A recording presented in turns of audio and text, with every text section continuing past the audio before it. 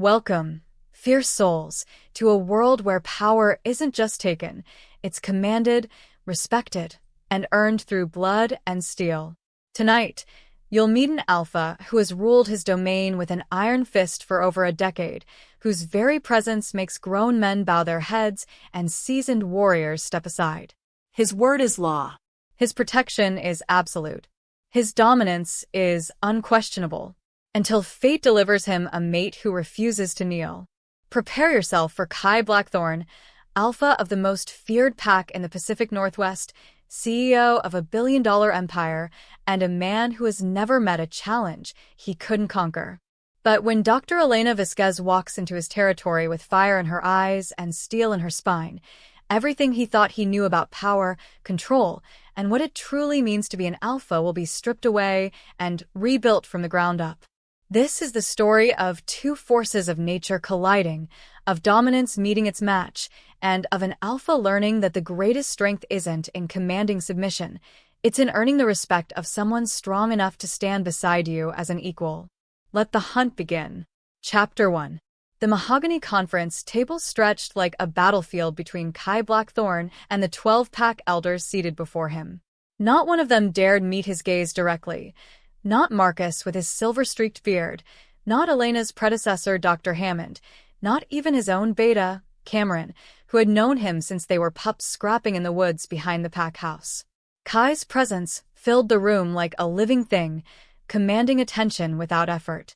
6'4" of pure predator wrapped in a $1,000 suit, he stood with his hands braced on the table's surface, his midnight dark hair catching the light streaming through floor-to-ceiling windows that overlooked his territory, 50,000 acres of pristine wilderness nestled in the Cascade Mountains of Washington state.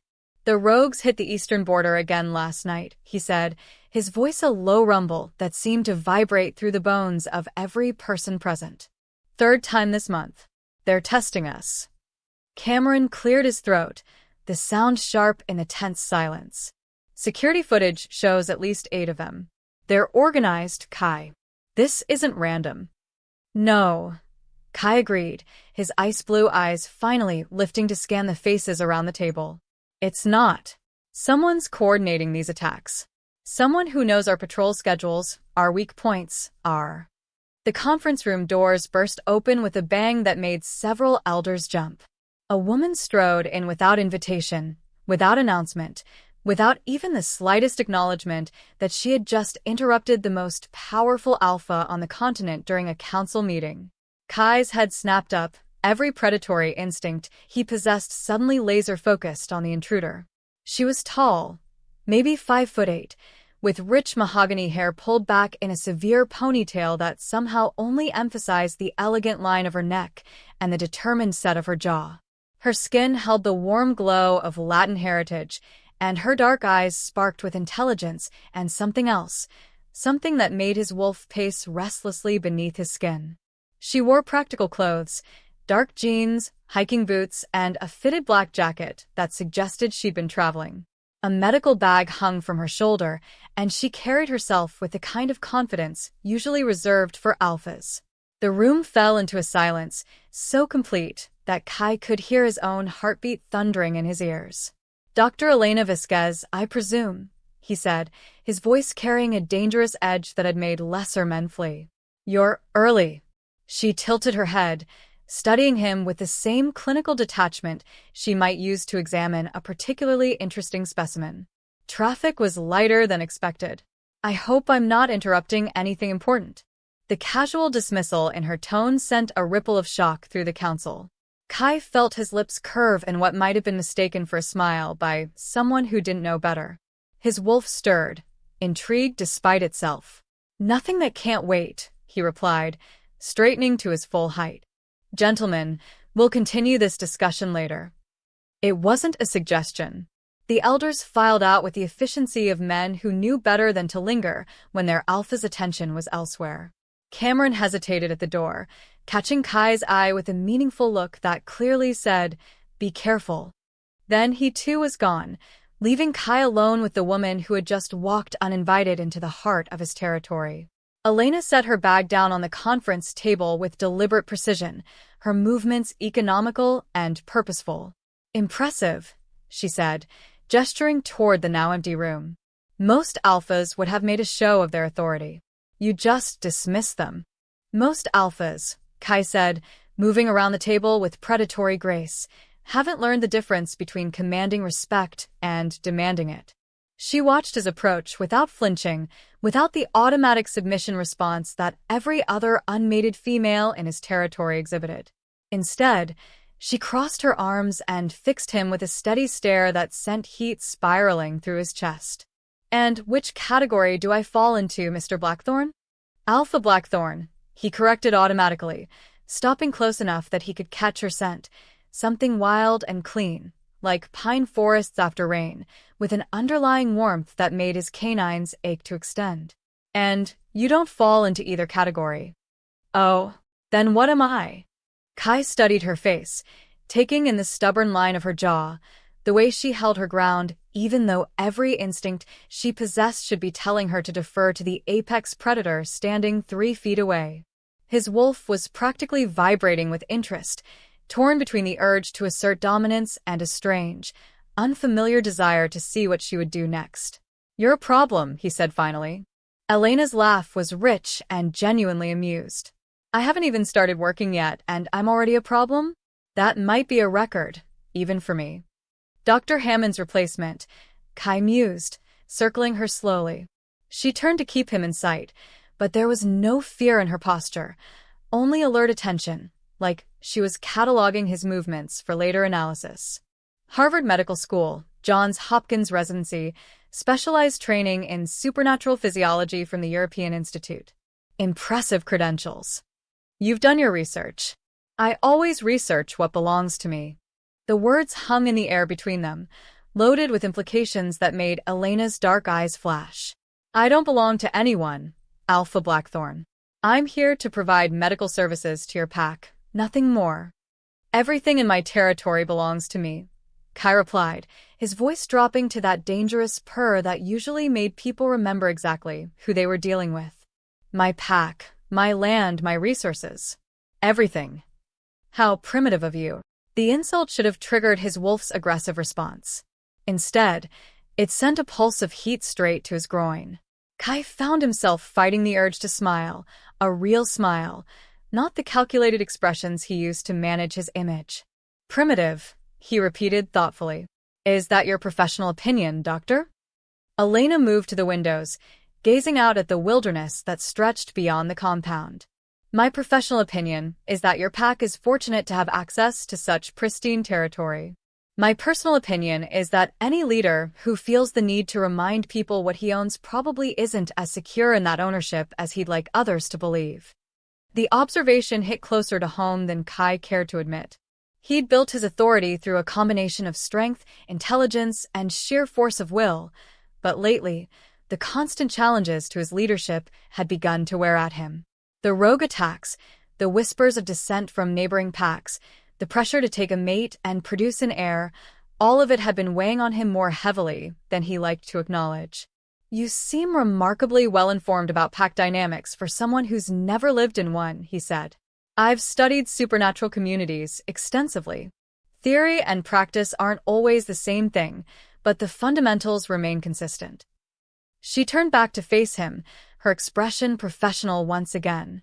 Speaking of which, I'll need a complete tour of the medical facilities, access to all health records, and a meeting with your pack healers to discuss integration protocols. Of course. Cameron will arrange. I'd prefer if you handled it personally. Kai raised an eyebrow. I don't typically involve myself in day-to-day medical administration. Then consider this an exception. Elena picked up her bag and slung it over her shoulder. If I'm going to be responsible for the health and safety of your pack, I need to understand how you operate. Your leadership style, your priorities, your methods. The way she said methods suggested she'd heard stories. Kai's reputation tended to precede him in supernatural medical circles. His pack had a remarkably low mortality rate, but his approach to achieving that outcome was often considered extreme by more traditional leaders. My methods are effective, he said simply. I'm sure they are. But effectiveness, without understanding the costs, is just brutality dressed up in good intentions. Another direct challenge. Another refusal to defer to his authority. Kai's wolf was practically pacing now, caught between frustration and fascination. No one spoke to him like this. Not his beta, not his elders, certainly not someone who had been in his territory for less than an hour. You're going to be interesting to work with, Dr. Vasquez. I certainly hope so, Alpha Blackthorn. She headed for the door, then paused with her hand on the handle. Oh, and for the record? I don't care how many alphas you've intimidated into submission. I'm here to do a job, and I won't let anyone, including you, prevent me from doing it well. With that declaration, she was gone, leaving Kai alone in the conference room with the lingering scent of pine forests and the uncomfortable realization that his perfectly ordered world had just been turned completely upside down. He moved to the windows, watching as Elena emerged from the main building and began walking toward the medical complex with purposeful strides. Her posture radiated confidence and determination, and even from this distance, he could see the way other pack members automatically moved to give her space, not out of fear, but out of recognition that she wasn't someone to be casually approached. His wolf stirred again, and this time Kai didn't try to suppress the feeling. For the first time in months, something had captured his complete attention, presented him with a challenge that couldn't be solved through pure dominance or strategic maneuvering. Dr. Elena Vasquez was going to be a problem, all right. The question was, what kind of problem did he want her to be? Chapter 2. Elena had been in the Blackthorn Pack's medical facility for exactly 47 minutes when the first challenge to her authority arrived. She was cataloging the pharmaceutical inventory, noting with professional approval the extensive stock of rare supernatural medications and the state-of-the-art refrigeration systems, when the door to the main treatment room burst open with enough force to rattle the steel instruments on the nearby cart. "Where the hell is Dr. Hammond?"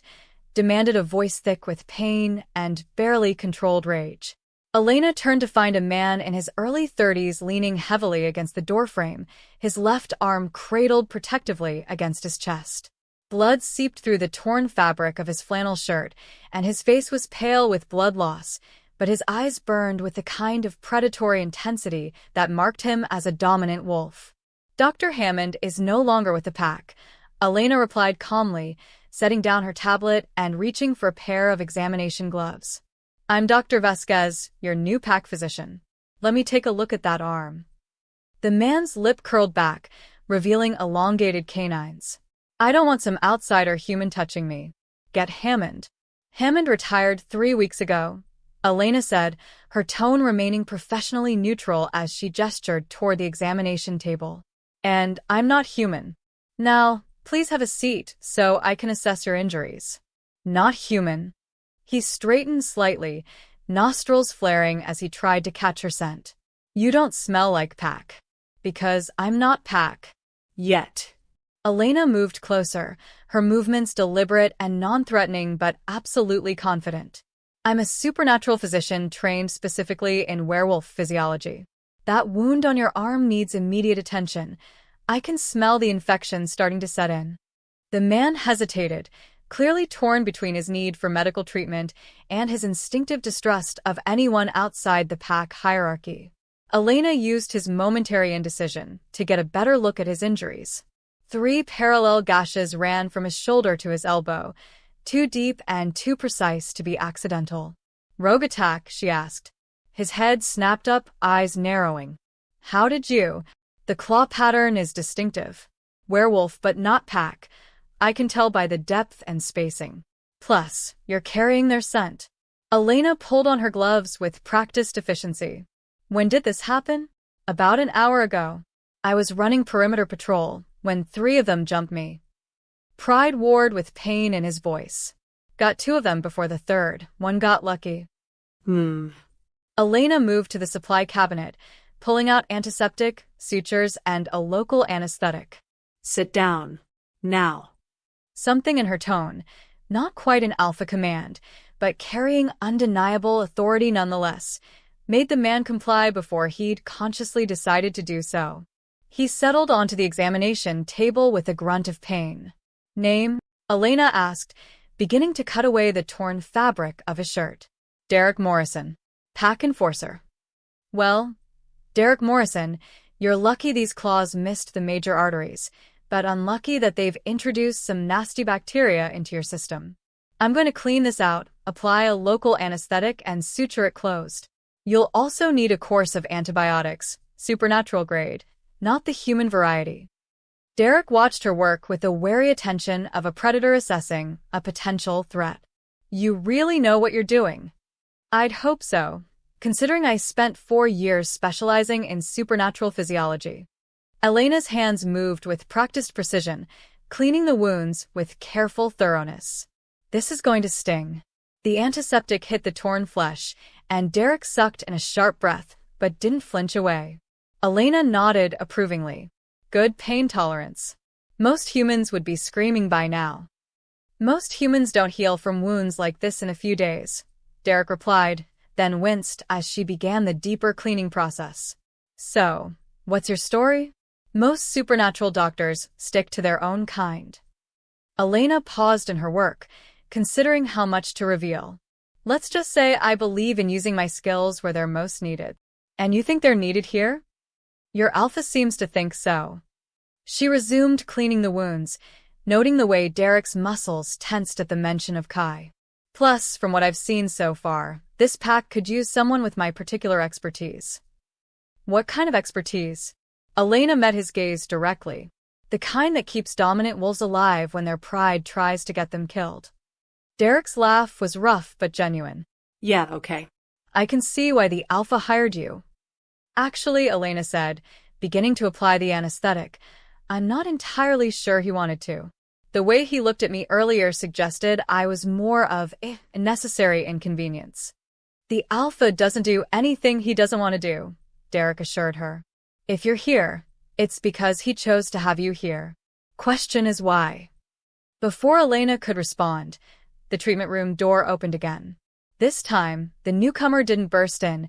He entered with the kind of controlled, purposeful movement that immediately commanded attention. Kai Blackthorne filled the doorway like he'd been carved from granite and shadow, his ice-blue eyes taking in the scene with predatory assessment. He changed from his business suit into dark jeans and a black Henley that emphasized the breadth of his shoulders and the lean muscle of his torso. Elena felt her mouth go dry despite herself. Derek, Kai said, his voice carrying that low rumble of authority that seemed to resonate in Elena's chest. Report. 3 rogues, eastern border near Miller Creek. Derek replied immediately, his entire posture shifting to one of deference and respect. Coordinated attack. They were waiting for me. Kai's expression darkened. Injuries? Nothing Dr. Vasquez can't handle, Derek said, shooting Elena a look of genuine respect that hadn't been there when he'd first arrived. Dr. Vasquez. Kai's attention shifted to Elena, and she felt the weight of his focus, like a physical thing. How is he? Elena didn't look up from her suturing. 3 deep lacerations, minor infection, significant blood loss, but nothing life-threatening. He'll need to avoid shifting for 48 hours to let the sutures hold, and he'll be on antibiotics for a week. Can he patrol? Not for at least 72 hours. And when he does return to duty, I want him partnered with someone else for the first week back. Derek started to protest, but Kai cut him off with a single look. You'll follow the doctor's orders. Yes, Alpha. Elena finished the last suture and began bandaging the wound with professional efficiency. I'll also want to examine any other pack members who've had contact with the rogues in the past month.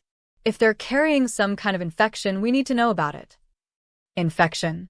Kai stepped closer, close enough that Elena could catch his scent, something wild and clean, like mountain air and cedar, with an underlying heat that made her wolf stir restlessly beneath her skin. Wait. Her wolf? Elena's hands stilled for a fraction of a second before she forced herself to continue working. That was impossible. She couldn't be. Dr. Vasquez? Kai's voice held a note of concern that surprised her. I'm fine, she said quickly, tying off the bandage with perhaps more force than necessary. Just processing the implications. If the rogues are carrying a pathogen that affects werewolves specifically, it could be a biological weapon. The temperature in the room seemed to drop 10 degrees. Kai's expression went from concern to lethal in the space of a heartbeat, and Elena felt the hair on the back of her neck stand up in response to the predatory energy suddenly radiating from him. "Biological warfare," he said, his voice deadly quiet. "It's just a theory," Elena said quickly. "But the bacterial profile in Derek's wounds isn't consistent with normal environmental contamination. It's too specific, too targeted." Derek looked between them, confusion clear in his features. "What does that mean?" "It means," Kai said, his gaze never leaving Elena's face, "that someone isn't just testing our defenses. They're testing our vulnerabilities." Elena felt a chill that had nothing to do with the medical facility's air conditioning. "I'll need to run cultures on the bacteria samples, cross-reference them with known supernatural pathogens, and—" "You'll have whatever resources you need," Kai interrupted. "Cameron will provide you with a full security escort, and I want daily reports on your findings." "I don't need a security escort to do my job." "You do now." The finality in his tone brooked no argument. "If someone is targeting my pack with biological weapons, then you've just become their primary obstacle. That makes you a target." Elena straightened, meeting his stare with one of her own. "I'm not some helpless human who needs to be wrapped in cotton and hidden away, Alpha Blackthorn. I can take care of myself." "Can you?" Kai stepped closer, close enough that she had to tilt her head back to maintain eye contact. "Have you ever fought a rogue pack, Doctor? Have you ever had to kill to protect what's yours?" The questions hung in the air between them, loaded with implications that made Elena's pulse race. She was acutely aware of Derek watching their exchange with fascination, of the way the air in the room seemed charged with electricity. "No," she admitted. "But I've seen the aftermath of supernatural violence. I've put together the pieces of what people like you leave behind." Something flickered in Kai's eyes, surprise, perhaps, or recognition. "People like me. Alphas. Dominants. People who solve problems with teeth and claws instead of intelligence and planning." Derek made a sound that might have been a suppressed laugh. Kai's lips curved in what definitely wasn't a smile. "Is that what you think I am, Dr. Vasquez? All instinct and no intelligence?" Elena felt heat rise in her cheeks, but she didn't back down. "I think you're used to people doing what you tell them to do without question. I think you're used to being the most dangerous thing in any room you enter. And I think you're not sure what to do with someone who isn't impressed by either of those things." The silence that followed was so complete Elena could hear her own heartbeat thundering in her ears. Derek had gone completely still, and she could practically feel the tension radiating from both men. Then Kai laughed. It was a genuine sound, rich and warm and completely unexpected. It transformed his entire face, softening the harsh lines and revealing glimpses of the man beneath the alpha mask. "You're absolutely right," he said, his voice carrying notes of amusement and something else, something that sounded almost like admiration. "I'm not sure what to do with you at all." Elena felt her breath catch in her throat. The admission was more honest than she'd expected, and infinitely more dangerous. There was something in his eyes now, a heat that had nothing to do with anger, and everything to do with the kind of attraction that could burn down everything in its path. "Well," she managed, her voice steadier than she felt, "I suppose we'll figure it out as we go." "I suppose we will." Kai's gaze lingered on her face for another moment before he turned to Derek. "Get some rest. I'll have Cameron assign someone to cover your patrol route." "Yes, Alpha." Derek slid off the examination table, testing his newly bandaged arm. "Dr. Vasquez, thank you. For everything." Elena nodded, watching as he headed for the door. When it closed behind him, she found herself alone with Kai once again, the air between them crackling with unresolved tension. "So," she said, beginning to clean up the medical supplies, "biological warfare and rogue attacks. Is this a typical Tuesday for the Blackthorn pack?" "Unfortunately, yes."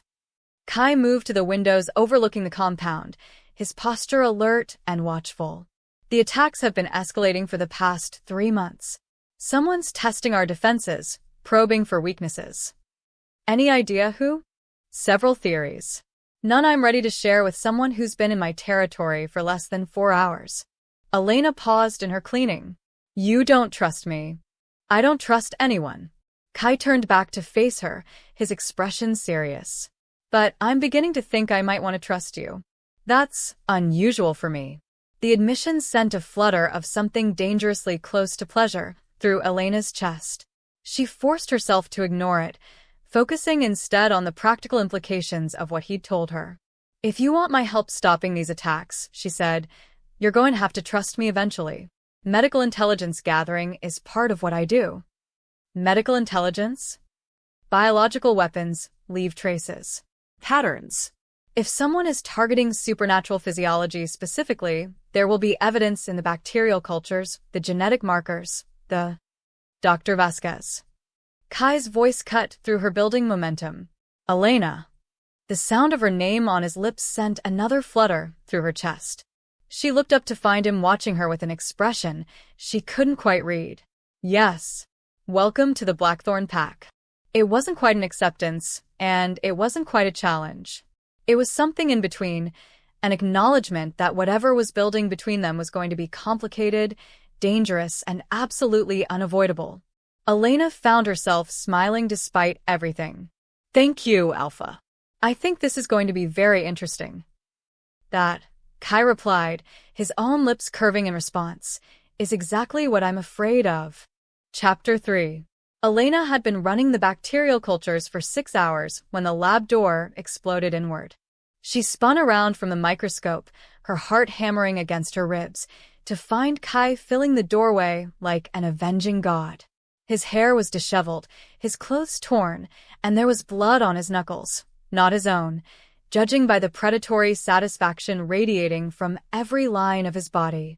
We need to talk, he said, his voice carrying that dangerous edge that made her wolf pace restlessly beneath her skin. Wait. There it was again, that impossible sensation of something wild and untamed stirring in response to his presence. Elena pushed the feeling aside, focusing instead on the very real concern that her new alpha looked like he'd been through a war zone. Are you injured? She asked, already reaching for her medical kit. I'm fine. Kai stepped into the lab, closing the door behind him with deliberate control. But we have a problem. Elena set down her kit, but remained ready to grab it again, if necessary. What kind of problem? The kind that involves 3 dead rogues and a very interesting conversation with the survivor before he died. The clinical part of Elena's mind immediately began cataloging questions, cause of death, timeline, potential evidence, but the rest of her was focused on the lethal stillness in Kai's posture. This wasn't the controlled alpha she'd met earlier. This was a predator who'd been pushed too far. Tell me, she said simply. Kai moved to the lab bench, his movements fluid despite the obvious tension coiling through his frame. They attacked one of our perimeter teams about 2 hours ago. 4 rogues, heavily armed, targeting our youngest pack members. Elena felt ice form in her stomach. Casualties. None on our side. But that's not the interesting part. Kai's ice-blue eyes fixed on hers with laser intensity. The interesting part is what the survivor told me before he bled out. Which was, they weren't random attacks, Elena. They were recruitment attempts. Kai's voice dropped to a growl that made every nerve ending in Elena's body stand at attention. Someone's been sending rogues to test our defenses, identify our weakest members, and try to turn them against the pack. The implications hit Elena like a physical blow. They're trying to destabilize you from within. Exactly. And according to our dying friend, they're being coordinated by someone with intimate knowledge of pack dynamics, supernatural physiology, and, Kai paused, his gaze boring into hers, advanced medical training. Elena's blood turned to ice water. You think it's me? I think, Kai said, moving closer with predatory deliberation, that you arrived in my territory the same day the attacks escalated. I think you have exactly the kind of specialized knowledge that would be required to develop targeted biological weapons. And I think you've been asking a lot of very specific questions about our security protocols. The accusation hung in the air between them like a blade. Elena felt her own temper rising to meet his, her wolf snarling in response to the challenge. So, what's your theory, Alpha? She asked, her voice deadly quiet. That I somehow orchestrated months of attacks before I even knew this job existed? That I developed biological weapons in my spare time between saving lives at Johns Hopkins? I think, Kai said, stopping close enough that she could feel the heat radiating from his body, that someone with your credentials doesn't just decide to practice wilderness medicine without a very compelling reason. Elena laughed, the sound sharp and bitter. You want to know my compelling reason? Fine. 3 years ago, I watched my brother die because the nearest supernatural qualified physician was 600 miles away and the human doctors didn't know how to treat lycanthrope physiology. He bled out on an operating table while I stood there with all my fancy degrees and couldn't do a damn thing to save him. The admission ripped from her throat like a physical wound, carrying with it all the grief and rage and desperate guilt she'd been carrying since David's death. Kai's expression shifted, surprise replacing suspicion, but Elena was too far gone to stop. So, yes, I specialized in supernatural medicine. Yes, I took a job in the middle of nowhere treating werewolves who would rather die than trust an outsider. And yes, I asked questions about security protocols, because every patient I lose to violence is another David, another person who died because someone like you is too paranoid to accept help when it was offered. Silence filled the lab like a living thing. Elena realized she was breathing hard, her hands clenched into fists, her entire body vibrating with the force of emotions she'd kept locked away for years. Kai stared at her for a long moment, his predatory stillness replaced by something else, something that looked almost like recognition. Your brother, he said finally. He was Pack. Lone wolf. Like me. The words felt strange on her tongue, an acknowledgement of something she'd never said aloud before. We didn't know what we were until we were teenagers. By then, it was too late to find a pack that would take us. Jesus. Kai ran a hand through his disheveled hair, and Elena caught a glimpse of the man beneath the alpha mask, someone who understood loss, who carried his own burden of responsibility for every life in his care. Elena, I don't. Elena turned back to her microscope, her movements sharp with residual anger. Don't apologize for doing your job. You're right to be suspicious. You're right to protect your pack. You're just wrong about me. I know. The quiet certainty in his voice made Elena look up. Kai was watching her with an expression she couldn't quite read, something between regret and a kind of fierce respect that sent heat spiraling through her chest. I know you're not working with whoever's behind this, he continued. I knew at the moment you told Derek he needed to avoid shifting for 48 hours. Elena frowned. What does that have to do with anything? Because the bacterial infection you identified? It's designed to activate during the shift. Someone with knowledge of supernatural physiology would know that forcing a shift while infected would likely be fatal. Kai moved closer, his voice dropping to that low rumble that seemed to resonate in Elena's bones. If you were working with them, you would have told Derek he was fine to resume normal activities. You would have wanted him to shift.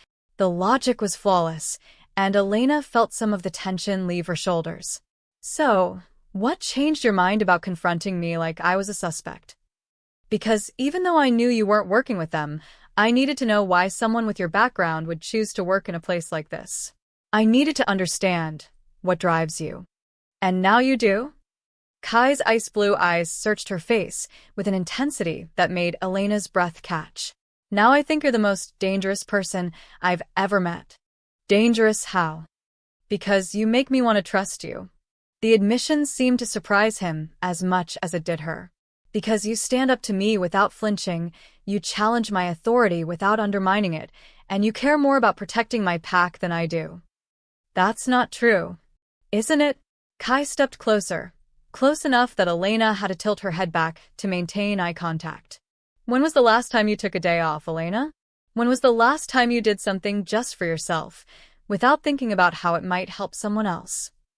The questions hit uncomfortably close to home. Elena couldn't remember the last time she'd done anything that wasn't connected to her work, to her mission of preventing other families from experiencing the loss that had shattered hers. That's different, she said weakly. No, it's not. It's exactly the same thing I do, putting everyone else's needs ahead of my own until I forget what I actually want. Kai's voice dropped to barely above a whisper. The difference is, I've been doing it so long, I'm not sure I remember what I want anymore. But you still know exactly what you're fighting for. Elena felt something shift in the air between them, a change in the fundamental dynamic that had been building since she'd walked into his territory. This wasn't the alpha testing a potential threat anymore. This was a man recognizing something in her that he'd lost in himself. Kai, she said, his name feeling strange and intimate on her lips.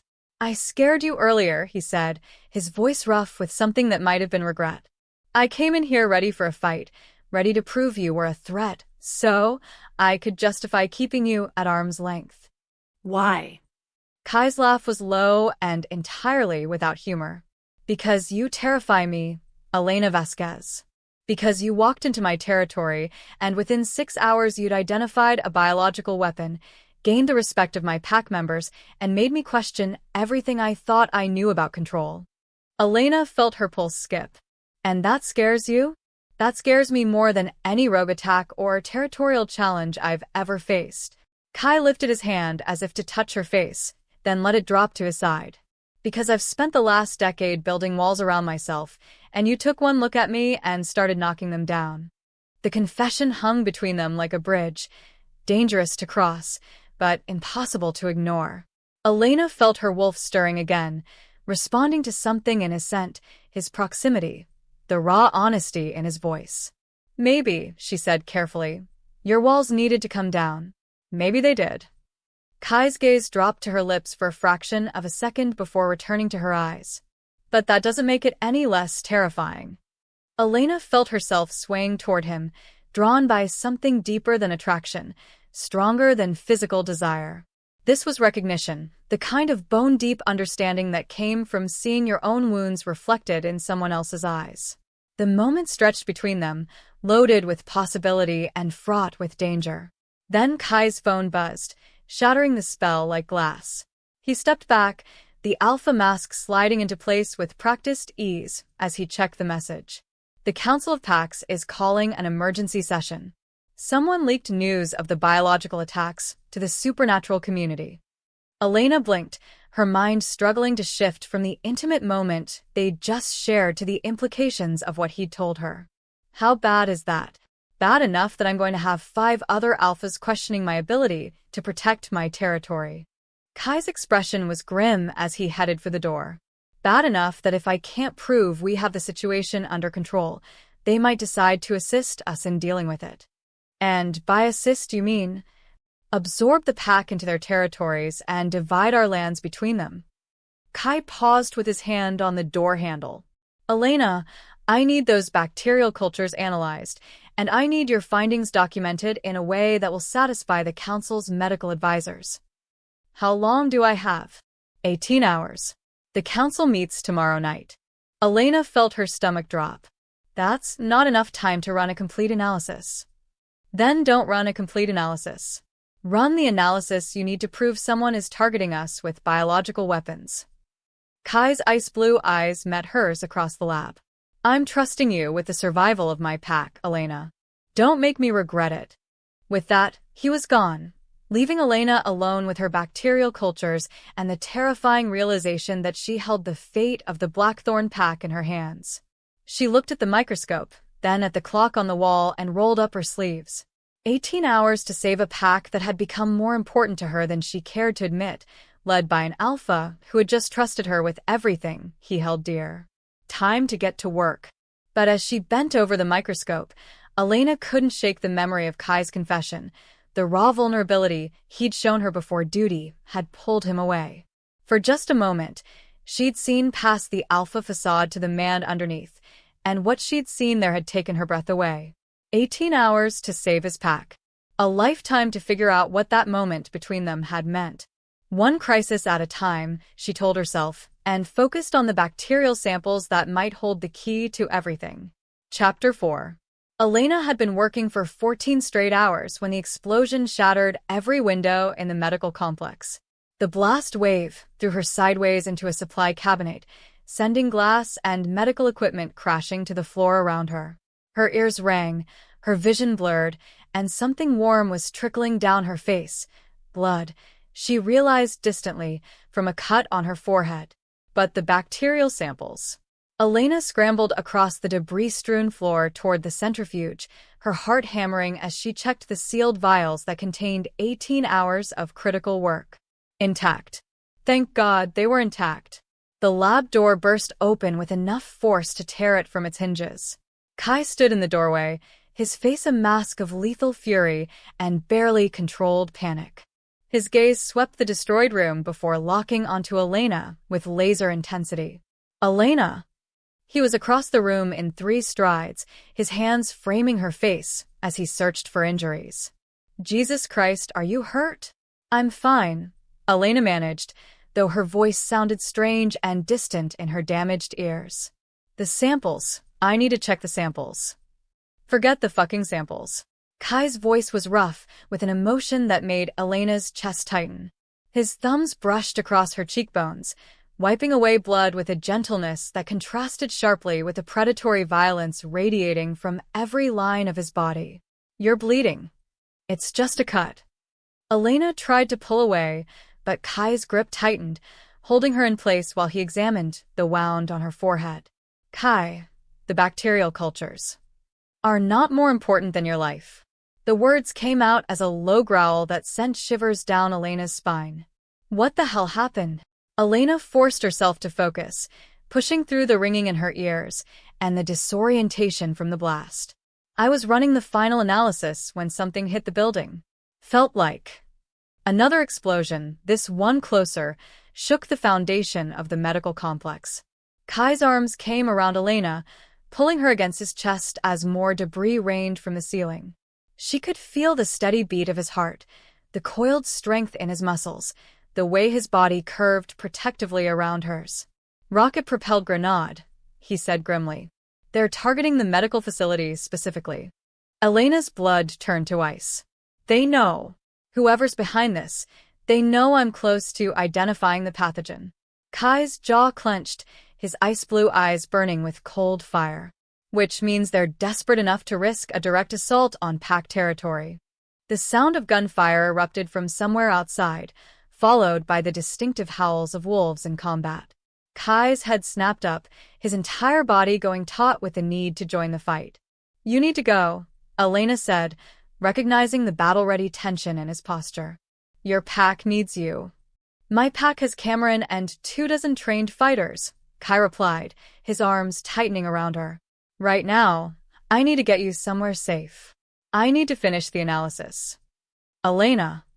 Kai's voice carried that commanding alpha tone that made her wolf want to submit despite her human mind's protests. Look around. They just put 2 RPGs into this building.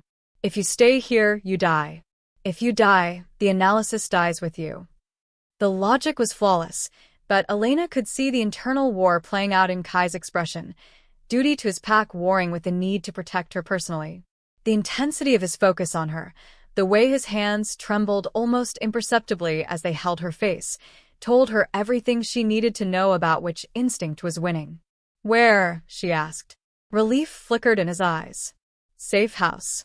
2 miles north, built into the mountain. Reinforced concrete, independent power supply, and enough medical equipment to finish your work.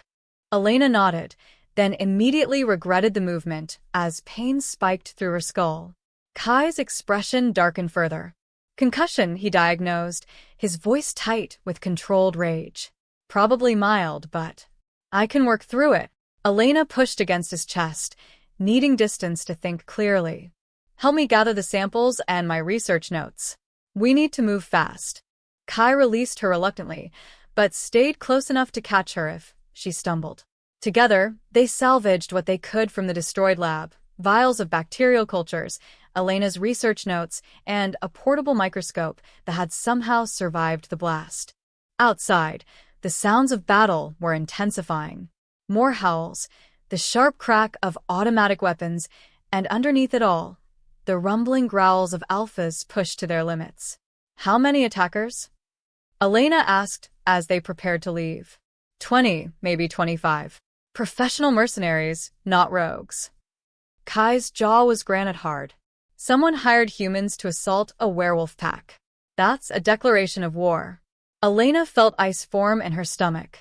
Human mercenaries attacking a supernatural pack was beyond unprecedented.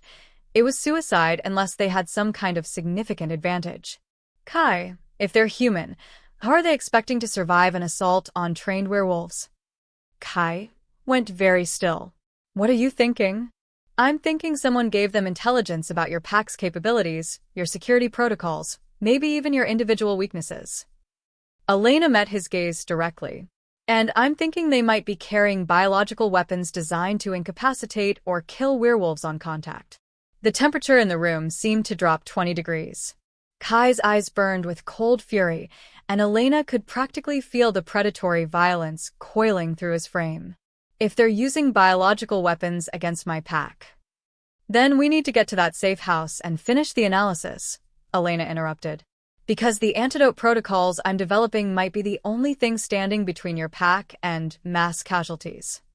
Kai stared at her for a moment, and Elena saw the exact instant when his protective instincts toward her collided with his responsibility to the pack.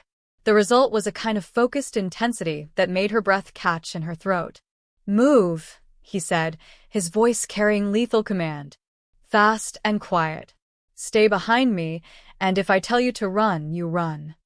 Elena nodded, slinging her salvaged equipment bag over her shoulder. Kai drew a gun from somewhere beneath his jacket, a large-caliber pistol that looked like it could stop a charging bear, and moved to the door. The medical complex opened onto a courtyard surrounded by pack buildings. Normally, it would have been bustling with activity, even at this late hour. Now it was a war zone. Smoke hung in the air, and the acrid smell of gunpowder mixed with something else, something chemical and wrong that made Elena's wolf recoil instinctively. Bodies lay scattered across the courtyard, most of them human mercenaries, but some wearing the casual clothes of pack members. Elena's medical training kicked in automatically, cataloging injuries, assessing who might be saved, but Kai's hand on her arm kept her moving forward. "They're beyond help," he said quietly, reading her thoughts. "And we can't help anyone if we don't survive the next 10 minutes. They moved through the shadows between buildings, Kai's predatory grace, making their passage nearly silent despite Elena's heavier human footsteps. The sound of combat grew closer, the distinctive roar of Cameron's wolf mixing with gunfire and human shouts. "There," Kai whispered, pointing toward a tree line beyond the main compound. "Safe house is through those trees, up the mountain." Elena nodded, but as they prepared to make the dash across open ground, a new sound reached them, the high whine of an incoming projectile. Down, Kai tackled Elena to the ground, his body covering hers as another explosion rocked the compound. This one hit the main pack house, sending flames shooting into the night sky. Elena felt Kai's body jerk against hers, heard him grunt in pain. When she looked up, there was blood seeping through his shirt. "You're hit," she said, her hands automatically moving to assess the wound. "Shrapnel." "I'm fine." But Elena could smell the lie in his scent, pain and adrenaline mixing with the copper tang of blood. "Let me look." Later. Kai hauled them both to their feet, his movements slightly stiff, but still fluid with predatory grace. "We need to move. Now." They ran for the treeline, Elena's equipment bag bouncing against her hip as they covered the open ground in a desperate sprint. Behind them, another explosion lit the night, and Elena could hear the distinctive howl of a wolf in agony. Kai stumbled, his face going pale, but he kept moving. Elena could see the wound in his shoulder bleeding more heavily now, could smell the metallic scent of his blood mixing with something else, something chemical and wrong. "Kai, stop. You need medical attention. I need you safe first." His voice was strained but determined. 5 more minutes to the safe house. But Elena could see he didn't have 5 more minutes. Whatever had hit him wasn't just shrapnel, there was something else in his system, something that was making him weaker by the second. The mercenaries, she realized with growing horror. They're using poisoned ammunition. Kai's step faltered, and Elena saw the exact moment when his legendary control began to slip. His face was gray with pain, and whatever toxin was working through his system. "Elena," he said, his voice rough with effort, If something happens to me, nothing's going to happen to you. Elena slipped under his arm, supporting his weight as they continued toward the safe house. Because I'm not letting you die on my watch, Alpha Blackthorn. You trusted me with your pack's survival, and I'm trusting you to live long enough to see me save them. Kai's laugh was breathless, but genuine. Bossy. Determined. There's a difference. They reached the safe house, a reinforced concrete bunker built seamlessly into the mountainside. Kai managed to enter the security codes, and the heavy door slid open to reveal a fully equipped facility that looked like something out of a military thriller. Elena got Kai inside and immediately began examining his wound. The shrapnel had been bad enough, but the chemical burns around the entry site confirmed her worst fears. Biological warfare, she said grimly. They've weaponized the same pathogen I've been studying, concentrated it, and loaded it into their ammunition. Kai's face was pale, but his eyes were alert. Can you counteract it? Elena looked at her salvaged equipment, then at the state-of-the-art medical facility surrounding them. For the first time since the attack began, she felt a surge of hope. Give me 4 hours and a steady patient, she said, already moving toward the lab equipment. I think I can save us all. Kai managed a smile that was pure predatory confidence despite his weakened state. Then get to work, Dr. Vasquez. My pack is counting on you. Our pack, Elena corrected without thinking, then froze as she realized what she'd said. If this doesn't work, it's going to work. Elena's voice was fierce with determination. I don't fail, Kai. Not when it matters this much. She began the slow infusion, watching his vital signs on the monitors she'd connected to him. For the first few minutes, nothing happened. Then, gradually his temperature began to drop and his breathing became easier. There, Elena said, relief making her legs weak. Your body's accepting the antidote. Give it another hour, and you should be back to your usual intimidating self. Kai's laugh was breathless, but real. Intimidating. Terrifying, actually. But in a good way. Elena checked his for one more time, then settled into the chair beside his cot. How do you feel? Like I got hit by a truck carrying biological weapons. Kai's voice was stronger now, the delirium fading from his eyes. But alive. Thanks to you. Elena felt heat rise in her cheeks. Just doing my job. No, Kai said, his gaze steady and intense despite his weakened state. You could have synthesized my dose first. You could have prioritized the alpha over the pack members. But you didn't. You told me not to. And you listened. Even though every instinct you have was probably screaming at you to save me first. Kai's hand found hers again, his fingers intertwining with hers. Do you know what that means? Elena's breath caught at the intimacy of the gesture, at the way his thumb was tracing gentle circles on the back of her hand. What does it mean? It means you think like Pac, Kai said softly. It means you understand what leadership really costs, what it really means to put others before yourself. Kai. It means, he continued, his voice dropping to that low rumble that made her pulse race, that you're not just Pac anymore, Elena. You're Alpha. The words hit Elena like a physical blow. Alpha. The idea was impossible, ridiculous. She was a doctor, not a leader. She saved lives. She didn't command them. But even as her rational mind rejected the concept, something deeper, more primal, responded to the recognition in Kai's voice. Her wolf stirred, lifting its head with interest for the first time in years. I'm not alpha material, Elena said, but her voice lacked conviction. You saved my entire pack tonight, Kai replied. You put their needs ahead of your own safety, ahead of your own desires, ahead of everything. If that's not alpha behavior, I don't know what is. Elena stared at their joined hands, trying to process what he was saying, what it might mean for both of them. The implications were staggering and terrifying. Is this your fever talking? She asked weakly. This is me, completely lucid, recognizing something I should have seen the moment you walked into my territory. Kai's grip tightened on her hand. Elena, you're not just my pack's doctor. You're my equal. The admission hung between them like a bridge across a chasm neither of them had expected to cross. Elena felt something fundamental shift in her chest, a recognition that went bone deep. "Your equal," she repeated, testing the words. "My partner. In every way that matters."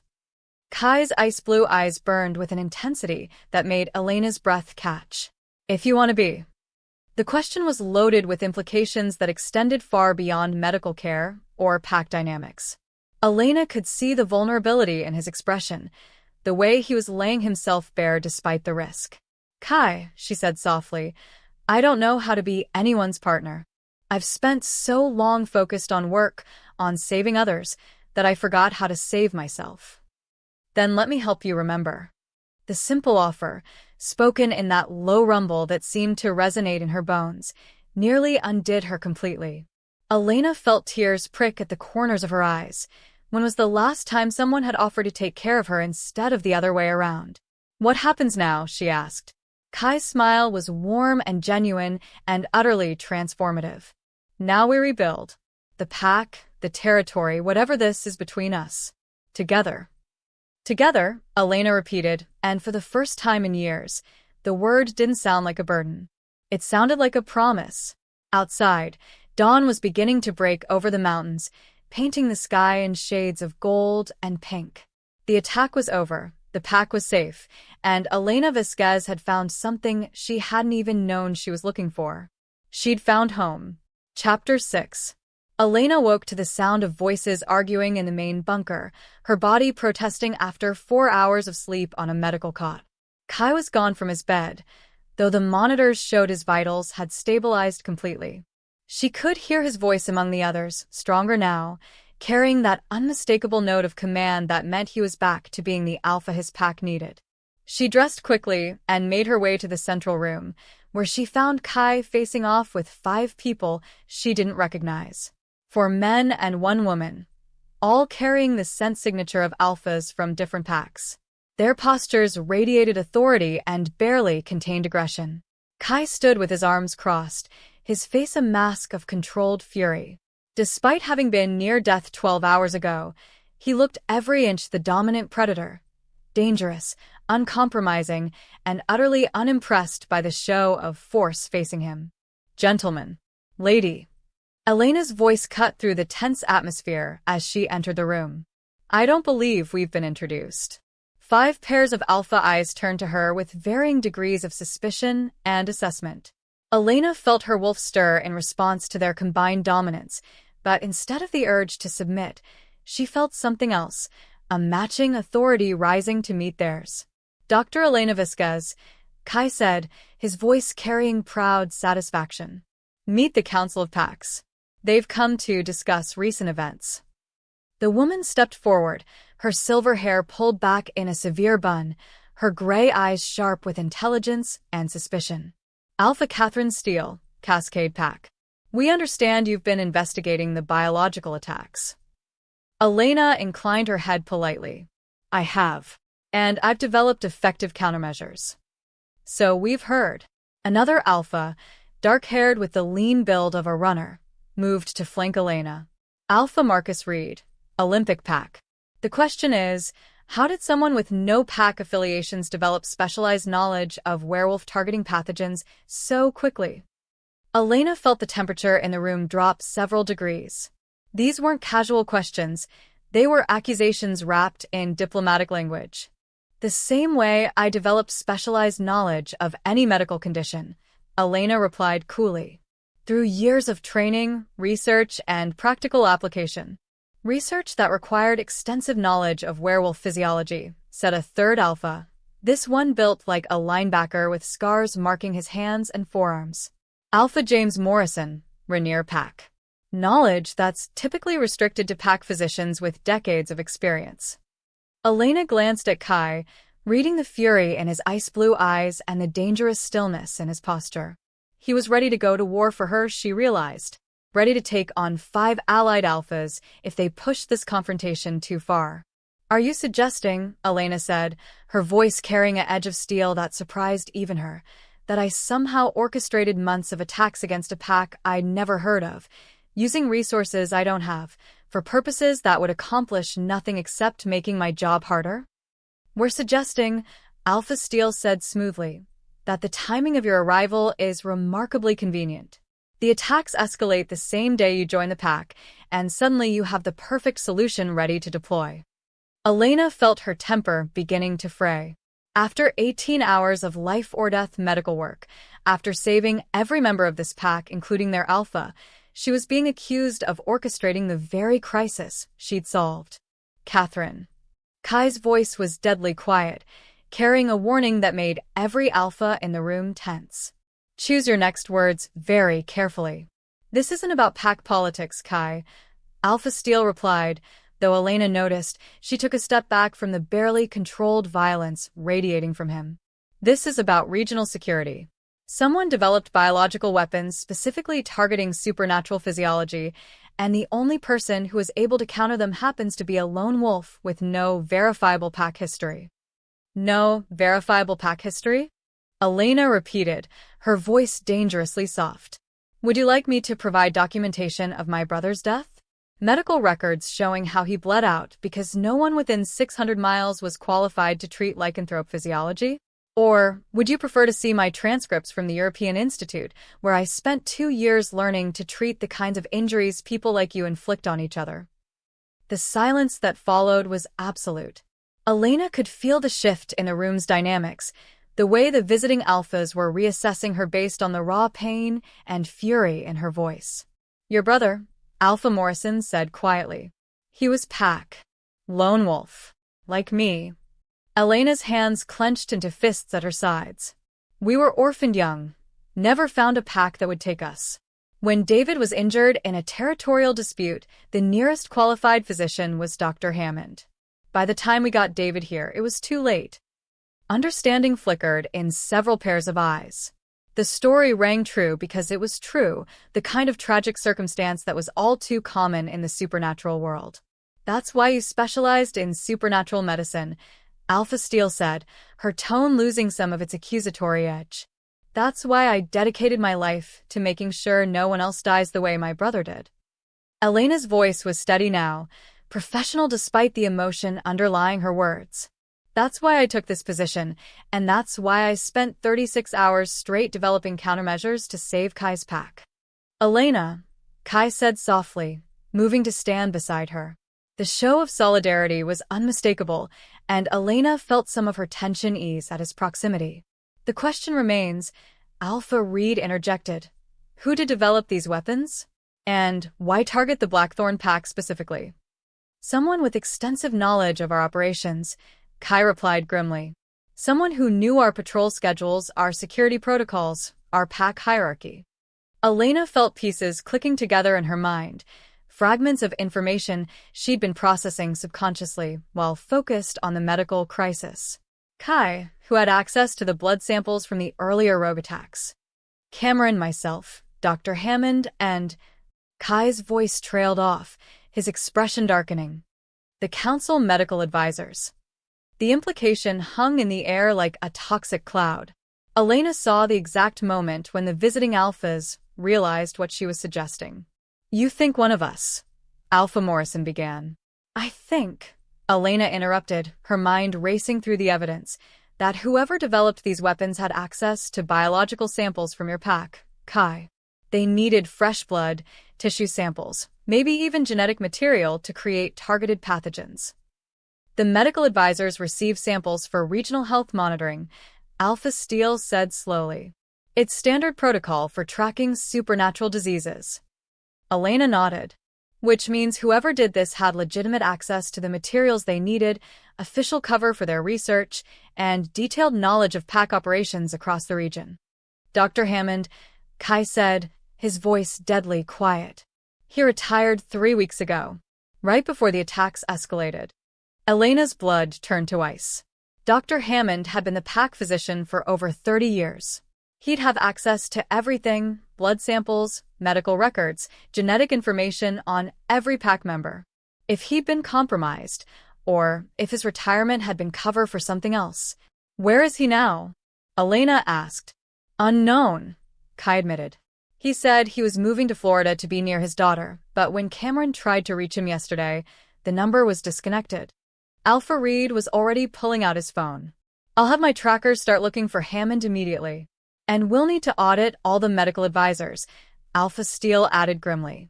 If Hammond was compromised, there may be others. Elena felt a chill that had nothing to do with the mountain air.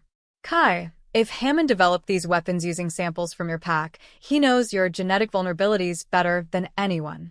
The antidote I created is effective against the current pathogen, but if he modifies it, we could be facing something I can't counter. Elena finished the thought she didn't want to voice. Kai's jaw was granite hard. Then we find him before he has the chance to modify anything. Agreed, Alpha Steel said, all previous antagonism forgotten in the face of a regional threat. This goes beyond pack politics. If someone is weaponizing supernatural medicine, every pack in the region is at risk. Elena looked around the room at the 5 alphas, seeing them not as potential enemies, but as leaders facing an unprecedented threat to their people. I'll need access to all medical records from the past 6 months, blood samples from each pack, and any research Hammond may have left behind. Whatever you need, Alpha Morrison said immediately. Dr. Vasquez, Alpha Steel said formally. On behalf of the Council of Packs, I apologize for our earlier suspicions. Your actions have proven your loyalty beyond question. Elena nodded acknowledgement, then turned to Kai. We need to get back to the main compound. If Hammond left any research behind, it might give us clues about what he's planning next. But as they prepared to leave the safe house, Elena couldn't shake the feeling that they were already too late. Somewhere out there, a man with intimate knowledge of supernatural physiology was preparing another attack. And this time, he would know exactly how to counter her defenses. The real battle, Elena realized, was just beginning. Kai, she said quietly as the other alphas coordinated their search efforts, there's something else. If Hammond has been planning this for months, if he's been collecting data on supernatural genetics across multiple packs. What are you thinking? Elena met his gaze, seeing her own fears reflected in his ice blue eyes. I'm thinking this isn't just about destroying the Blackthorn pack. I think someone's trying to create a weapon that could wipe out werewolves entirely. The words hung between them like a death sentence, carrying implications that neither of them wanted to fully acknowledge. But as the mountain wind howled outside the bunker, Elena knew with medical certainty that they were racing against more than time. They were racing against extinction. Chapter 7. The devastation at the main compound was worse than Elena had imagined. What had been a thriving pack community 12 hours ago now looked like a war zone. The medical complex was a smoking ruin. The main pack house had a gaping hole in its east wall, and debris littered the courtyards where children had played just yesterday. But it was the silence that struck Elena most profoundly. No laughter, no casual conversation, no sounds of normal pack life. Just the quiet efficiency of people cleaning up after surviving something that should have been impossible. 17 injured, but no fatalities, Cameron reported as he met them at the compound entrance. Kai's beta looked like he'd aged 10 years overnight, his usually immaculate appearance replaced by torn clothes and exhaustion. The antidote worked perfectly. Everyone's recovering faster than expected. Elena felt a surge of relief so intense it nearly buckled her knees. Any lingering symptoms I should be concerned about? Marcus is still a little weak, but his fever broke completely around dawn. Derek's back on his feet and demanding to return to patrol duty. Cameron's expression softened as he looked at Elena. They're all asking to see you. To thank you. They don't need to thank me, Elena said automatically. Yes, Kai said firmly, his hand settling on the small of her back with possessive warmth. They do. You saved their lives, Elena. They want to acknowledge that. The casual intimacy of his touch sent heat spiraling through Elena's chest, but it was the pride in his voice that made her breath catch. This wasn't just professional appreciation. This was something deeper, more personal. As they walked through the compound, Elena became aware of the way pack members stopped what they were doing to watch her pass. Not with suspicion or wariness, but with something that looked remarkably like respect. Several nodded to her directly, and she caught fragments of whispered conversations. Saved Marcus when we thought. Worked for 36 hours straight. Alpha chose well. Alpha chose well? Elena murmured to Kai. His lips curved in a smile that was pure male satisfaction. Pack politics. They're acknowledging that you belong here, that my decision to bring you into the pack was sound leadership. I'm not officially pack yet. Kai stopped walking, turning to face her with an expression that made her pulse race. Aren't you? The question carried layers of meaning that Elena wasn't sure she was ready to examine. Before she could respond, Derek appeared from the direction of the destroyed medical complex, his arms still bandaged, but his color much improved. Dr. Vasquez. His voice carried genuine warmth and gratitude. Thank God you're all right. When we saw the medical complex. I'm fine, Derek. More importantly, how are you feeling? Any residual symptoms from the toxin? Derek shook his head. Nothing. Whatever you gave me, it worked like magic. I feel better than I have in weeks. Elena frowned slightly. Better than you have in weeks? Derek, have you been experiencing any unusual symptoms lately? Fatigue, low-grade fever, anything that might suggest previous exposure to biological agents? Well, now that you mention it, Derek said slowly, I've been more tired than usual. Thought it was just the increased patrol schedule, but it could have been preliminary exposure. Elena finished, her mind racing through the implications. Kai, I need to examine everyone in the pack. If Hammond has been testing lower-level biological agents over the past few months. You think he's been poisoning us gradually? Kai's voice carried a deadly edge that made several nearby pack members look up in alarm. I think he's been conducting experiments, Elena replied grimly. Building up data on individual responses, testing delivery methods, refining his formulations. Last night wasn't his first attempt, it was his field test of the final product. The realization sent a chill through Elena that had nothing to do with the morning air. If Hammond had been systematically exposing the pack to biological agents, the long-term health implications could be catastrophic. Cameron, Kai said, his alpha command cutting through the morning bustle, I want every pack member here for medical examination within the hour. No exceptions. Including you, Elena added, fixing Kai with a look that brooked no argument. If Hammond's been targeting this pack specifically, I need to know what he's done to you. Kai's jaw tightened, but he nodded. Fine. But you examine the others first. Elena was about to argue when a new voice interrupted their conversation. Actually, Dr. Vasquez, I'd like to be first. Elena turned to find Alpha Catherine Steele approaching, her expression grim. I've been in communication with the other Council Alphas. We've all had pack members reporting similar symptoms over the past months: fatigue, low-grade illness, decreased healing rates. Elena's blood turned to ice. It's not just the Blackthorn pack. He's been testing on all of you. Which means, Alpha Steele continued, that whatever he's planning next, it's designed to work against every major pack in the region. Dr. Vasquez, I'm formally requesting that you serve as medical advisor to the Council of Packs for the duration of this crisis.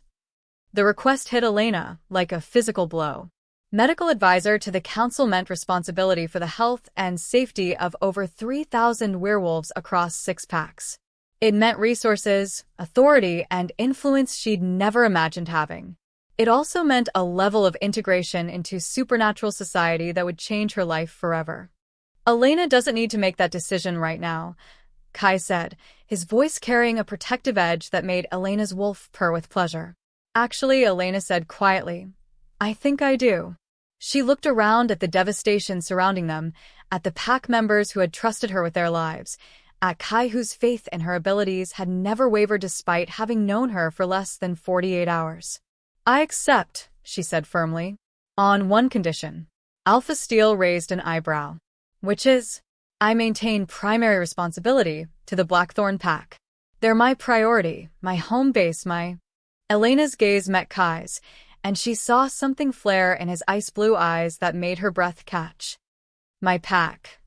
The words hung in the air like a declaration of allegiance. Elena felt the weight of every eye on her, the significance of what she'd just committed to settling like a mantle across her shoulders. Accepted. Alpha Steele said immediately. Dr. Vasquez, welcome to the Council of Packs. As the visiting Alpha moved away to coordinate with her people, Elena found herself alone with Kai for the first time since their escape from the safe house. The intensity of his gaze made her feel simultaneously exposed and protected. "My pack," he said softly, his voice carrying notes of satisfaction and something deeper that made Elena's pulse race. "Is that a problem?" "The opposite." Kai stepped closer, close enough that Elena could catch his scent. Mountain air and cedar, now mixed with something warm and undeniably male. "Elena, last night, when I thought I might not survive. You survived. That's what matters." "What matters," Kai said, his voice dropping to that low rumble that seemed to resonate in Elena's bones, "is that I spent what I thought might be my last conscious moments thinking about you. Not the pack, not my responsibilities, not my legacy. You." Elena felt her breath catch in her throat. "Kai, I've spent 10 years as alpha of this pack, and I've never let anyone get close enough to matter more than my duties. But you..." Kai's hand came up to cup her face, his thumb tracing the line of her cheekbone. "You've changed everything, Elena. You've changed me." The admission was raw and honest and terrifying in its implications. Elena could feel the walls she'd built around her heart beginning to crumble under the intensity of his gaze. "I don't know how to do this," she whispered. "How to be part of something bigger than just work and duty and keeping people alive." "Then learn with me," Kai said simply. "Learn with someone who understands the weight of responsibility, who knows what it costs to put others first, who won't ask you to be anything other than exactly who you are." Elena stared into his ice-blue eyes, seeing her own fears and hopes reflected there. For the first time in years, the idea of trusting someone else with her heart didn't seem like professional suicide. "Kai," she said softly, "if we do this, if we try to build something together, I need you to understand something about me. Tell me. I don't know how to be vulnerable. I don't know how to need someone. And I definitely don't know how to let someone take care of me instead of the other way around." Kai's smile was warm and understanding and utterly transformative. "Good thing I have plenty of time to teach you." Before Elena could respond, he leaned down and kissed her. It wasn't the desperate, adrenaline-fueled kiss she might have expected after their life-or-death night. It was something softer, deeper, a promise of partnership and protection, and the kind of love that could weather any storm. Elena felt something inside her chest unlock for the first time in years, a sense of coming home that had nothing to do with geography and everything to do with the man whose arms were now wrapped around her. When they finally broke apart, Elena rested her forehead against Kai's, feeling the solid warmth of his presence, like an anchor in a world that had suddenly become much more complicated. "So," she said, her voice slightly breathless, "what happens now?" "Now," Kai said, his voice carrying that note of alpha command that made her wolf sit up and pay attention, "we find Hammond. We stop whatever he's planning. And we build something together that's strong enough to protect everyone we care about." "In that order?" Kai's laugh was low and rich and full of promise. "Definitely in that order. But, Elena?" "Yes. When this crisis is over, when Hammond is stopped and the packs are safe, I'm going to court you properly. I'm going to show you exactly what it means to be cherished by someone who understands your strength." The promise sent heat spiraling through Elena's chest, along with a flutter of anticipation that was entirely new to her experience. "I'm looking forward to it," she said, and realized with surprise that she genuinely meant it. For the first time in years, Elena Vasquez was looking forward to something that had nothing to do with work or duty or saving other people's lives. She was looking forward to building a life of her own. Chapter 8.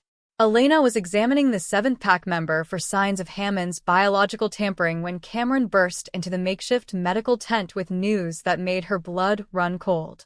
"We found Hammond's research facility," he announced, his face grim with what he'd discovered. "It's worse than we thought." Elena looked up from Marcus, who was showing clear signs of long-term exposure to low-level toxins. Nothing immediately life-threatening, but concerning enough to require ongoing monitoring. "How much worse?" "See for yourself." Cameron handed her a tablet displaying surveillance photos that made Elena's medical training recoil in horror. The images showed a pristine laboratory facility hidden in an abandoned mine complex 30 miles north of Blackthorn territory. But it wasn't the sophisticated equipment that made Elena's stomach churn. It was the specimen storage area, filled with hundreds of blood samples, tissue cultures, and genetic material labeled with pack names and individual identifiers. He's been collecting biological samples from every major pack in the Pacific Northwest for over 2 years, Elena said, her voice barely above a whisper. This isn't terrorism, Cameron. This is systematic biological warfare research. Kai appeared at her shoulder, his presence both comforting and radiating the kind of predatory tension that meant he was ready to hunt. There's more. Show her the weapons cache. Elena scrolled through more images, her horror mounting with each photograph. Military-grade biological dispersal systems, weaponized aerosol compounds, and what appeared to be enough concentrated pathogen to contaminate the water supply of every major city on the West Coast. Jesus Christ, Elena breathed. He's not just targeting werewolves. He's planning to expose the entire human population to supernatural-specific biological agents. Which would do what, exactly? Kai asked, though Elena could tell from his tone that he already suspected the answer. Best-case scenario? Mass panic when humans start exhibiting supernatural symptoms they can't understand or control. Worst case. Elena met his gaze directly. Genetic genocide. If Hammond has developed agents that target the specific markers that make someone capable of supernatural transformation, he could effectively sterilize the entire human race of supernatural potential. The silence that followed was absolute. Elena could see the implications sinking in for both men, the end of their species, not through direct extermination, but through the elimination of any possibility for future generations. There's something else, Cameron said quietly. The facility shows signs of recent habitation. Hammond's been there within the last 24 hours. Elena felt her pulse spike with a combination of hope and terror. Is he still there? Unknown. But Alpha Steel's tracking teams have identified multiple scent trails leading away from the facility in different directions. He knows we're coming. Kai's expression went predatory in a way that made Elena's wolf respond with approval. Then we hunt him down before he can activate whatever else he has planned. Kai, Elena said carefully, reading the dangerous intent in his posture. This isn't a situation that can be solved with teeth and claws. Hammond's had 2 years to prepare for exactly this scenario.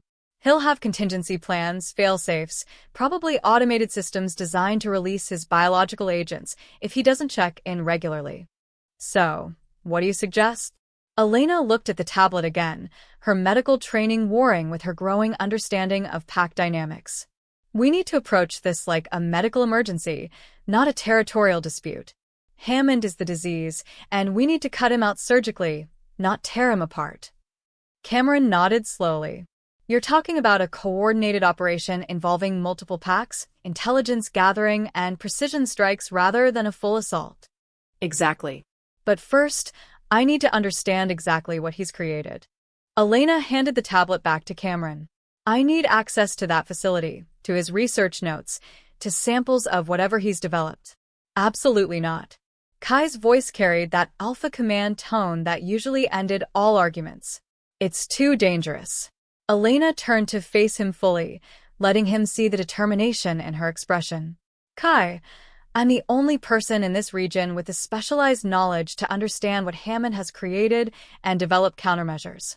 If we go in blind, if we trigger the wrong system or miss a critical component, thousands of people could die. If something happens to you, thousands of people will die anyway, because no one else can treat supernatural-specific biological weapons. The logic was flawless, and Elena could see the internal war playing out in Kai's expression, his need to protect her personally warring with his responsibility to the broader supernatural community. Then don't let anything happen to me, Elena said simply. Come with me. Bring Cameron, bring whoever else you need. But I have to examine that research facility, Kai. It's the only way to stop him. Kai stared at her for a long moment, and Elena could practically see him calculating risks and alternatives. Finally, he nodded with obvious reluctance. Full tactical team. Alpha Steel's best trackers. And if I tell you to run, You run without argument. Agreed. And Elena? Kai stepped closer, his ice-blue eyes intense with concern and something deeper. When we find Hammond, let me handle him. Promise me. Elena felt a chill that had nothing to do with the mountain air. There was something in Kai's tone, a note of personal vendetta that suggested his interest in Hammond went beyond protecting the pack. Kai, is there something you're not telling me about Hammond? Some history between you two? Kai exchanged a look with Cameron that confirmed Elena's suspicions. Hammond was pack physician when my parents were killed 15 years ago. A territorial dispute with a neighboring pack that turned violent. Elena felt pieces clicking together in her mind. He treated your parents. He was supposed to treat them. Kai's voice was deadly quiet. Instead, he declared them too far gone to save and recommended letting them die rather than wasting resources on a lost cause. The implications hit Elena like a physical blow, but they weren't too far gone. No. They could have been saved with proper treatment, with someone who was willing to fight for them instead of making cold calculations about resource allocation. Kai's jaw was granite hard. I was 19 years old, and I had to watch my parents die because the man responsible for keeping them alive decided they weren't worth saving. Elena felt her heart break for the young man Kai had been, forced to become alpha of his pack under the worst possible circumstances. But she also understood why Hammond's current actions felt like a personal betrayal on multiple levels. That's why he targeted your pack specifically, she realized. This isn't just about biological warfare. It's personal revenge against the alpha who questioned his medical judgment. And now he's using his medical knowledge to try to destroy everything I've built. Kai's eyes burned with cold fire. So, yes, Elena, when we find him, I'm going to handle it personally. Elena studied his face, reading the years of suppressed rage and grief that Hammond's betrayal had awakened. She understood the need for personal justice, but she also understood that revenge could make people reckless. Just promise me something, she said softly. What? Promise me you won't let your need for revenge put the mission at risk. Too many lives are depending on us stopping Hammond's plan, not just satisfying our need to see him punished. Kai was quiet for a moment, then nodded slowly. You're right. The mission comes first. Good. Elena reached up to touch his face, feeling some of the tension leave his jaw under her fingers. Because I need you focused and thinking clearly, not blinded by rage. We're going to stop him, Kai, but we're going to do it smart. Together, Kai said, covering her hand with his own. Together, Elena agreed. Cameron cleared his throat diplomatically. If you two are finished with the moment, Alpha Steel wants to brief the tactical team in 20 minutes. Elena felt heat rise at her cheeks, but Kai simply smiled with male satisfaction. We're ready. As they prepared to leave for what could be the most dangerous mission of their lives, Elena couldn't shake the feeling that they were walking into a trap. Hammond had 2 years to prepare for exactly this scenario, and he knew all of them too well. But she also felt something else, a confidence that came from fighting alongside someone who trusted her completely, who valued her mind as much as her medical skills, who would have her back no matter what they faced. For the first time in her life, Elena Vasquez wasn't fighting alone. And that, she thought as she checked her medical kit one more time, might make all the difference. Ready? Kai asked, appearing at her side with tactical gear that made him look every inch the dangerous predator he was. Elena shouldered her own gear, medical supplies, biological containment equipment, and the portable analysis tools that might be their only hope of understanding Hammond's plan in time to stop it. Ready, she said, and meant it. They had a monster to hunt, a species to save, and a future to build together. Time to get to work. Chapter 9. The abandoned mine complex where Hammond had built his research facility looked like something out of a nightmare. Elena crouched behind a cluster of rusted equipment with Kai and the tactical team, studying the entrance that led into the mountainside. What should have been a simple industrial site had been transformed into a fortress, motion sensors, camera arrays, and what appeared to be automated defense systems protecting every approach. He's been busy, murmured Alpha Steel, her voice barely audible through the comm system. Her team had taken position on the opposite ridge, providing overwatch and a secondary escape route if things went wrong. Elena focused her binoculars on the facility's exterior, her medical training automatically cataloging potential hazards. Those aren't standard security measures. Look at the air filtration systems, the biological containment markers, the emergency decontamination stations. Meaning? Kai asked, though his tone suggested he already suspected the answer. Meaning this place is designed to contain and deploy biological weapons on an industrial scale. Elena felt ice form in her stomach. If we trigger the wrong system, we could contaminate everything within a 50-mile radius. Cameron, positioned to their left with 3 other Blackthorn fighters, spoke through the comm. Thermal imaging shows the facility is mostly empty, but there's activity in the lower levels. Could be automated systems or Hammond's still here. Kai finished grimly. Elena studied the facility's layout on her tablet, cross-referencing it with the surveillance photos they'd gathered. Something about the positioning bothered her. Too convenient, too exposed for someone who'd been planning this operation for years. This feels wrong, she said quietly.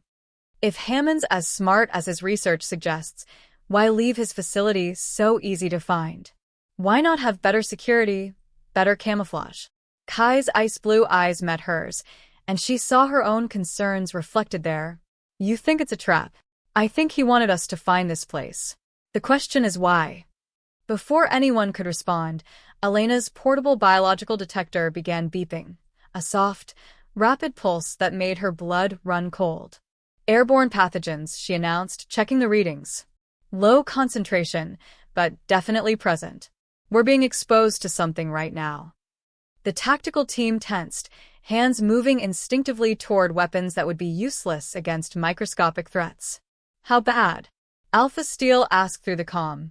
Elena ran quick calculations based on the detector readings and her knowledge of supernatural physiology.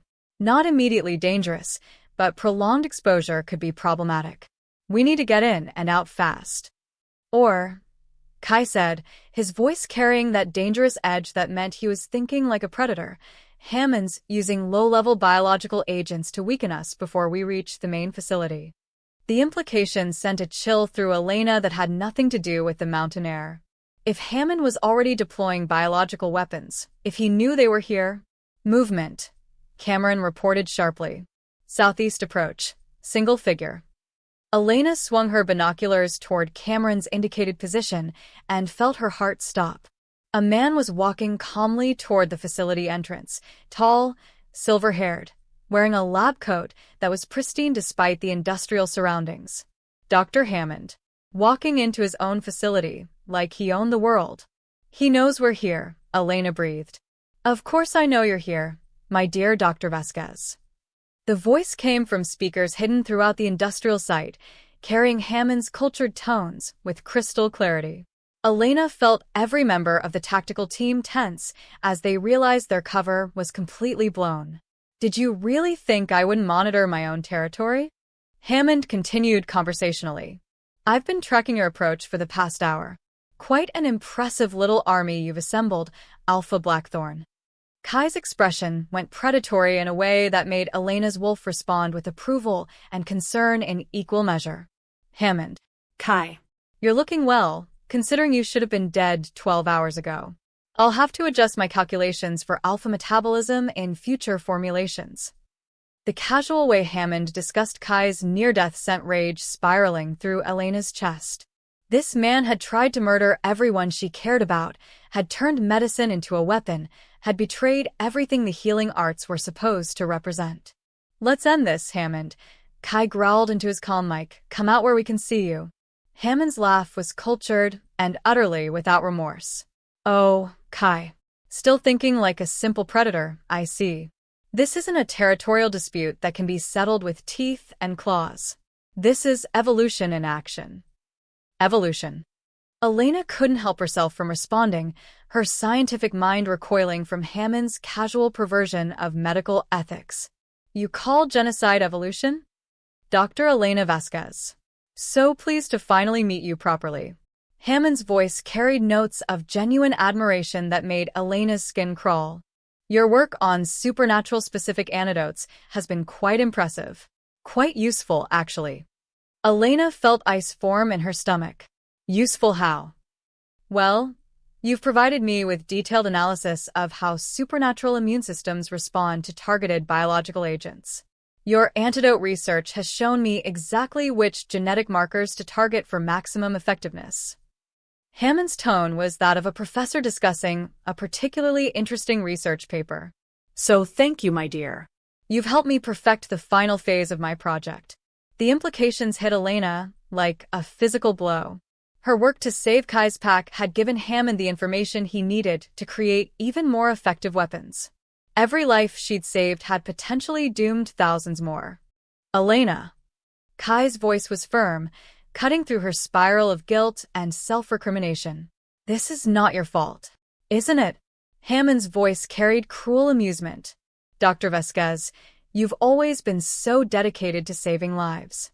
Tell me, how does it feel to know that your heroic efforts have contributed to the development of weapons that will eliminate supernatural genetics from the human genome forever? Elena felt something inside her chest crack under the weight of Hammond's words. Every instinct she possessed was screaming that this was her fault, that her need to save others had made her a pawn in Hammond's larger game. Elena, look at me. Kai's command cut through her despair with alpha authority that demanded obedience. When she met his gaze, she saw not condemnation but fierce protectiveness. Hammond would have developed these weapons with or without your research. The only difference is that because of your work, we know how to stop him. Such touching faith, Hammond said through the speakers. But I'm afraid Alpha Blackthorn is wrong. Dr. Vasquez, your research has been invaluable, but it's also made you the single greatest threat to my project. Which is why I'm going to have to ask you to come inside. Alone. The temperature seemed to drop 20 degrees. Elena felt every member of the tactical team go rigid with rejection of Hammond's demand. Not happening, Kai said, his voice carrying lethal promise. Oh, but it is. You see, I've installed a biological dispersal system throughout this facility. If Dr. Vasquez doesn't present herself at the main entrance within 10 minutes, I'll release enough concentrated pathogen to contaminate the entire mountain range. Elena felt the tactical situation shifting around them like quicksand. Hammond had anticipated their approach, had turned her own expertise against them, and now held thousands of innocent lives hostage. He's bluffing, Alpha Steel said through the calm, but her voice lacked conviction. No, Elena said quietly, studying the facility through her binoculars. Look at the air circulation systems, the dispersal arrays. He's not bluffing. He really can contaminate the entire region. Then we find another way, Kai said firmly. Elena looked at the man who had become her anchor in a world gone insane, reading the desperate protectiveness in his expression. She knew he would die before letting her walk into Hammond's trap. She also knew that his love for her couldn't be allowed to doom thousands of innocent people. 8 minutes, Dr. Vasquez, Hammond announced cheerfully. After that, I'm afraid the biological consequences will be quite irreversible. Elena made a decision that felt like ripping her own heart out. I'm going in, she said quietly. Like hell you are. Kai's voice carried enough alpha dominance to make lesser wolves submit automatically. Elena met his gaze steadily, letting him see the determination that had carried her through years of medical school, through her brother's death, through every impossible case she'd ever faced. Kai, I'm the only one who can understand his research well enough to sabotage it. I'm the only one who has any chance of stopping the dispersal system before he activates it. I'm not letting you sacrifice yourself. And I'm not letting you sacrifice thousands of innocent people because you're afraid of losing me. Elena's voice was steady despite the terror coursing through her veins. This is what leadership costs, Kai. This is what we both signed up for when we chose to protect others. She saw the moment when her words hit home, when Kai's protective instincts collided with his understanding of what being alpha truly meant. The pain in his ice-blue eyes nearly broke her resolve. Elena, he said softly, if something happens to you, then you'll find a way to live with it, because that's what alphas do. Elena reached out to touch his face, memorizing the feel of his skin beneath her fingers. And if I don't make it out, you'll make sure Hammond pays for what he's done to all of us. 6 minutes, Dr. Vasquez. Elena took a deep breath, shouldered her medical kit, and prepared to walk into the den of a madman who had turned healing into a weapon of mass destruction. Time to find out if her medical training was enough to save them all. Chapter 10. Elena walked toward Hammond's facility with her hands raised and her heart hammering against her ribs. Every step took her further from Kai's protective presence and deeper into a trap that had been years in the making. She could feel his ice-blue eyes burning into her back, could sense the barely controlled violence radiating from him as he was forced to watch her walk into mortal danger. The facility's main entrance was a steel door set into the mountainside, flanked by biometric scanners and what appeared to be automated defense turrets. As Elena approached, the door slid open with mechanical precision, revealing Hammond waiting in a sterile white corridor that looked more like a hospital than a weapons laboratory. Dr. Vasquez, Hammond said pleasantly, as if greeting a colleague at a medical conference rather than a woman he'd just manipulated into surrendering. So good of you to join me. Please come in. Elena stepped across the threshold, immediately noting the way the air pressure changed as the door sealed behind her. Her portable biological detector was going crazy, registering pathogen levels that should have been instantly lethal, but somehow weren't affecting her. Curious about the readings, I'm sure, Hammond said, observing her attention to the detector. I've developed a fascinating delivery system that allows for precise dosage control based on individual genetic markers. You're currently being exposed to exactly the amount of biological agent your system can tolerate without immediate symptoms. Elena felt ice form in her stomach. You're poisoning me. I'm demonstrating the elegance of my work. Hammond gestured for her to follow him deeper into the facility. Your supernatural physiology is quite remarkable, Dr. Vasquez. Did you know that your genetic markers suggest lycanthrope heritage at least 3 generations deep? Yet you never manifested the full transformation abilities. Elena's world tilted sideways. That's impossible. I would have known. Would you? Tell me, Dr. Vasquez, have you ever experienced unusually acute senses? Faster healing than normal humans? An instinctive understanding of pack dynamics despite never being raised in a supernatural community. The questions hit like physical blows. Elena thought of her uncanny ability to read people's emotional states, her tendency to heal from injuries faster than her medical training said she should, the way she'd immediately understood Kai's alpha nature despite having no formal education in werewolf behavior. My brother, she whispered. David. He was like me. David exhibited stronger manifestations, Hammond replied clinically. Which is why he was targeted during that territorial dispute.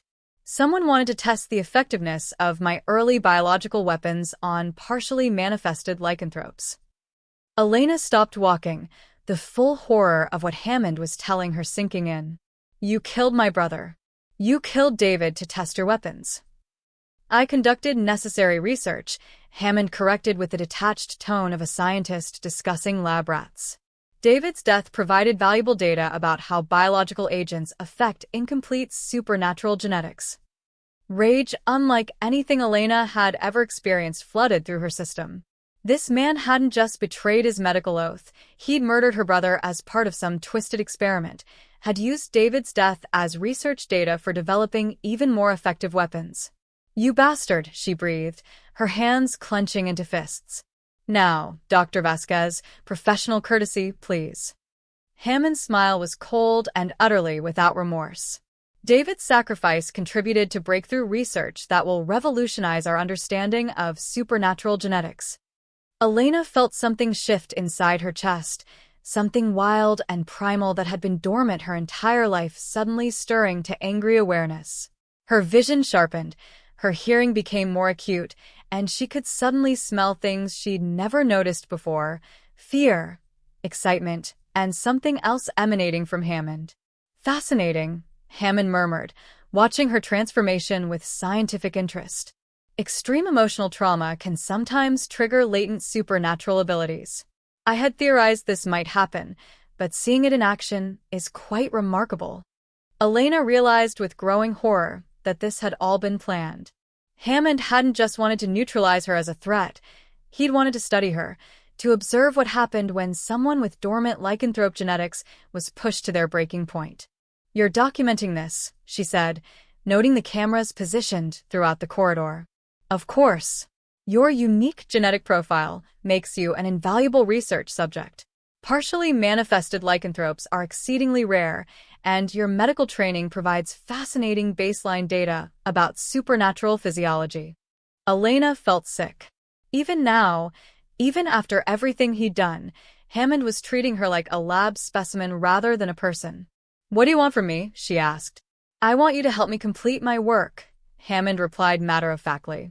"Your research on supernatural-specific antidotes, combined with your unique genetic profile, will allow me to develop biological agents that target specific supernatural bloodlines with unprecedented precision. You want me to help you commit genocide. I want you to help me save humanity from a genetic anomaly that should never have been allowed to propagate." Hammond's voice carried the fervor of someone who genuinely believed in his cause. "Supernatural genetics are an evolutionary dead end, Dr. Vasquez. They create individuals who are too powerful for human society to safely contain, too dangerous to coexist with normal people."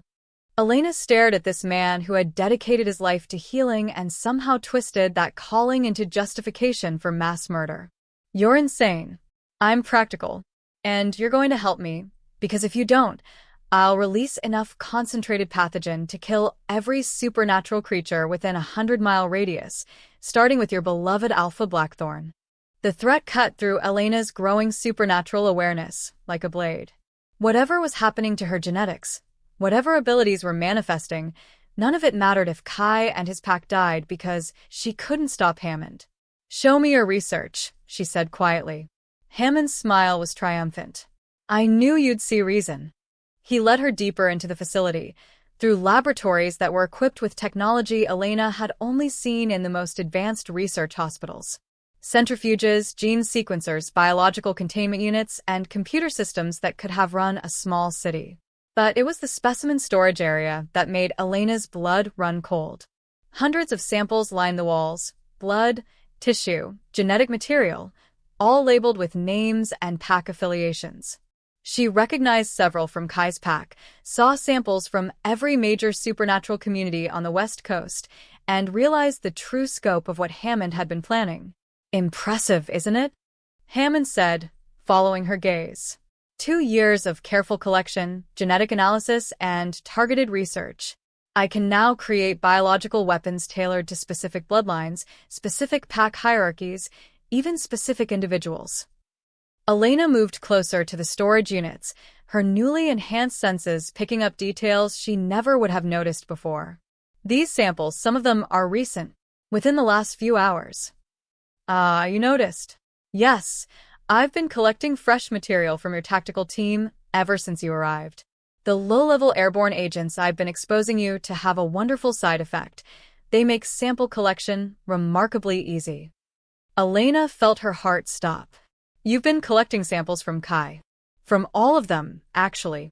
Alpha Blackthorn, his beta, the visiting council alphas. Everyone who came to rescue you has provided me with genetic material I can use to create personalized biological weapons."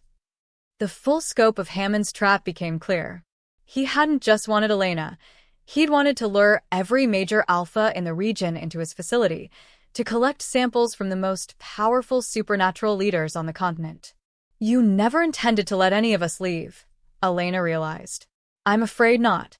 But don't worry, Dr. Vasquez. Your deaths will contribute to groundbreaking research that will benefit all of humanity." Elena looked around the laboratory, calculating distances, exits, and potential weapons. Her medical training was warring with newly awakened predatory instincts that were screaming at her to fight, to protect her pack, to stop the monster wearing a physician's face. "There is one other option," Hammond said, watching her assessment with clinical interest. "You could choose to join me willingly. Your unique genetics and medical expertise would make you an invaluable partner in this research." "Partner in genocide," Elena corrected. "Partner in evolution. Dr. Vasquez, you have the opportunity to be part of something that will reshape the future of human genetics. Imagine the possibilities.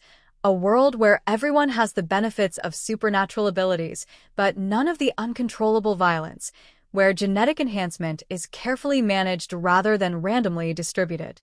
For just a moment, Elena could see the twisted logic of Hammond's vision. A world where supernatural abilities were regulated, controlled, made safe for broader human society. Then she thought of Kai's protective strength, of Cameron's unwavering loyalty, of Derek's courage in the face of impossible odds. She thought of pack bonds and chosen family, and the kind of love that made people willing to die for each other. "You're wrong," she said firmly. "Supernatural communities aren't a threat to humanity. They're part of it. Part of what makes us stronger, more resilient, more capable of surviving whatever the world throws at us." Hammond's expression darkened. "I had hoped you would be reasonable, Dr. Vasquez. I suppose I'll have to be more persuasive." He pressed a control on the wall panel, and screens throughout the laboratory flickered to life, showing real-time surveillance feeds from outside the facility. Elena's heart stopped as she saw Kai and the tactical team still in position, unaware that they were being systematically poisoned by the biological agents Hammond was releasing into the air around them. "As we speak," Hammond said conversationally, "they're being exposed to increasingly concentrated levels of biological agents tailored specifically to their individual genetic profiles. They have perhaps 20 minutes before the exposure becomes fatal." "Stop this," Elena demanded, her voice carrying a note of command that surprised even her. "Help me complete my research, and I'll release the antidote," Hammond replied. "Refuse, and watch everyone you care about die while you're safely contained in this laboratory." Elena stared at the monitors, watching the man she loved slowly being poisoned while she stood helpless in the heart of the enemy's stronghold.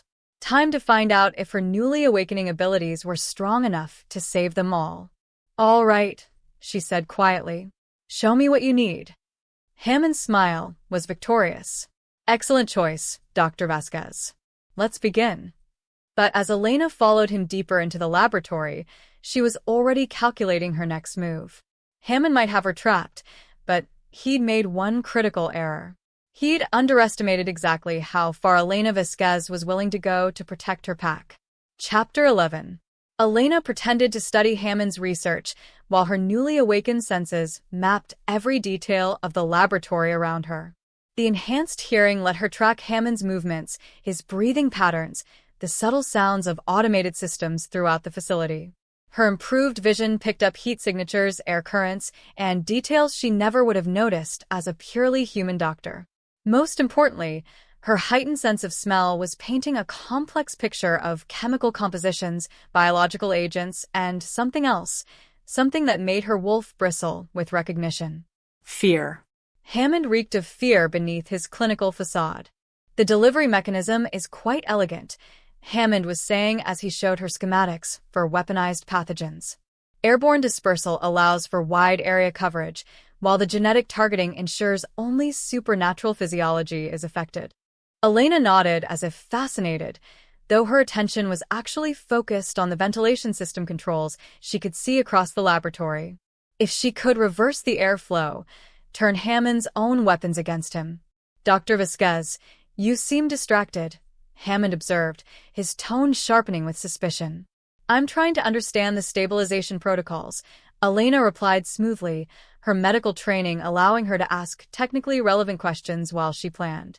"These biological agents must be incredibly unstable at the concentrations you're using. How do you prevent them from breaking down during storage?" Hammond's expression relaxed back into professional pride. Now that is where my breakthrough truly shines. I've developed a synthetic protein matrix that maintains pathogen viability for months while allowing for rapid activation when exposed to specific genetic markers." Elena felt pieces clicking together in her mind. "The protein matrix, is that why you've been collecting fresh samples? You need recent genetic material to calibrate the activation triggers." "Precisely. Dr. Vasquez, I knew your medical background would allow you to appreciate the sophistication of this work." Hammond moved to a computer terminal, pulling up detailed molecular diagrams. Each batch is customized based on the target's specific genetic profile. Elena studied the screens while her enhanced senses continued mapping the laboratory. The ventilation controls were 30 feet away, protected by what looked like biometric locks. The emergency containment protocols were closer, but would require administrative access. The biological storage units were. Something wrong, Dr. Vasquez? Elena realized she'd been staring at the storage area where samples from Kai and the others were being processed. I was just thinking about the tactical applications. If you can target specific individuals, you could theoretically eliminate pack leadership while leaving the general population intact. Hammond's eyes lit up with enthusiasm. Exactly. Surgical strikes against alpha bloodlines, followed by broader population management once the command structure is eliminated. It's far more elegant than traditional biological warfare. The casual way he discussed murdering pack leaders sent rage coursing through Elena's system. She felt her canines extend slightly, felt her fingernails sharpening into claws, and had to consciously suppress the growl building in her throat. "Control yourself, Dr. Vasquez," Hammond said, watching her transformation with clinical interest. Emotional volatility is exactly why supernatural genetics need to be eliminated. You're experiencing a textbook example of lycanthrope instability. I'm experiencing rage at a colleague who's perverted everything medicine is supposed to represent, Elena replied, forcing her voice to remain steady. Medicine is about healing humanity, Dr. Vasquez. Sometimes that requires eliminating genetic aberrations that pose a threat to the broader population. Elena looked at this man who had dedicated his life to healing and somehow twisted that calling into justification for genocide. But beneath her revulsion, her tactical mind was working, processing everything she'd observed about the facility's systems. The biological agents were stored in temperature-controlled units that required constant monitoring. The dispersal system relied on automated controls that could be overridden from the central terminal. The ventilation system was designed to contain biological hazards, which meant it could also be reversed to eliminate them. Most importantly, Hammond's arrogance was making him careless. He was so convinced of his intellectual superiority that he wasn't paying attention to Elena's growing understanding of his systems. "I have a question about the dispersal protocols," Elena said, moving closer to the central control terminal. "Of course. What would you like to know?" "If the biological agents are designed to target supernatural genetics specifically, what happens if they're exposed to someone with only partial lycanthrope heritage? Someone whose abilities are just manifesting?" Hammond frowned, clearly intrigued by the theoretical challenge. "Fascinating question. The agents are calibrated for full supernatural physiology, so partial manifestation would create unpredictable results." Unpredictable how? The targeting mechanism might not recognize the genetic markers properly. The subject could experience accelerated transformation, system overload, or... Hammond paused, his expression shifting to suspicion. "Dr. Vasquez, why are you asking about partial manifestation?" Elena met his gaze directly, letting him see the predatory awareness that had been building in her eyes. "Because I think you're about to find out." She lunged for the control terminal, her newly enhanced speed allowing her to cover the distance before Hammond could react. Her claws, when had they become so sharp, raked across the emergency containment protocols, activating every safety system in the laboratory simultaneously. Alarms began shrieking throughout the facility. Emergency lights bathed everything in red. Most importantly, the ventilation system reversed, beginning to purge the biological agents from the air both inside the laboratory and outside where Kai and the others were positioned. "What have you done?" Hammond shouted, rushing toward the control panel. Elena intercepted him, her enhanced strength allowing her to slam him against the wall with force that would have been impossible for her human physiology. "I've stopped you from committing genocide, you bastard."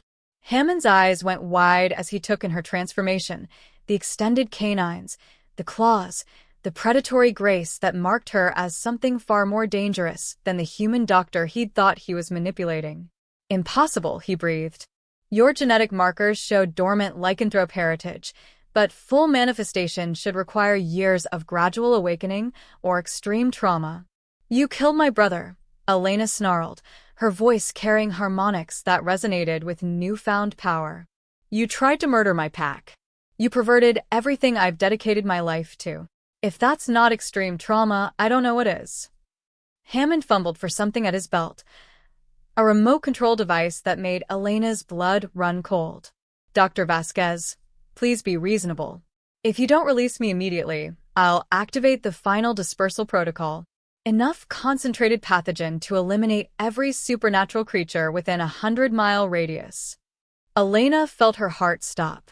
Even with the ventilation systems purging, even with the emergency protocols activated, Hammond could still trigger a release that would kill everyone she cared about. "You're bluffing," she said, though her voice lacked conviction. "Am I?" Hammond's finger hovered over the activation switch.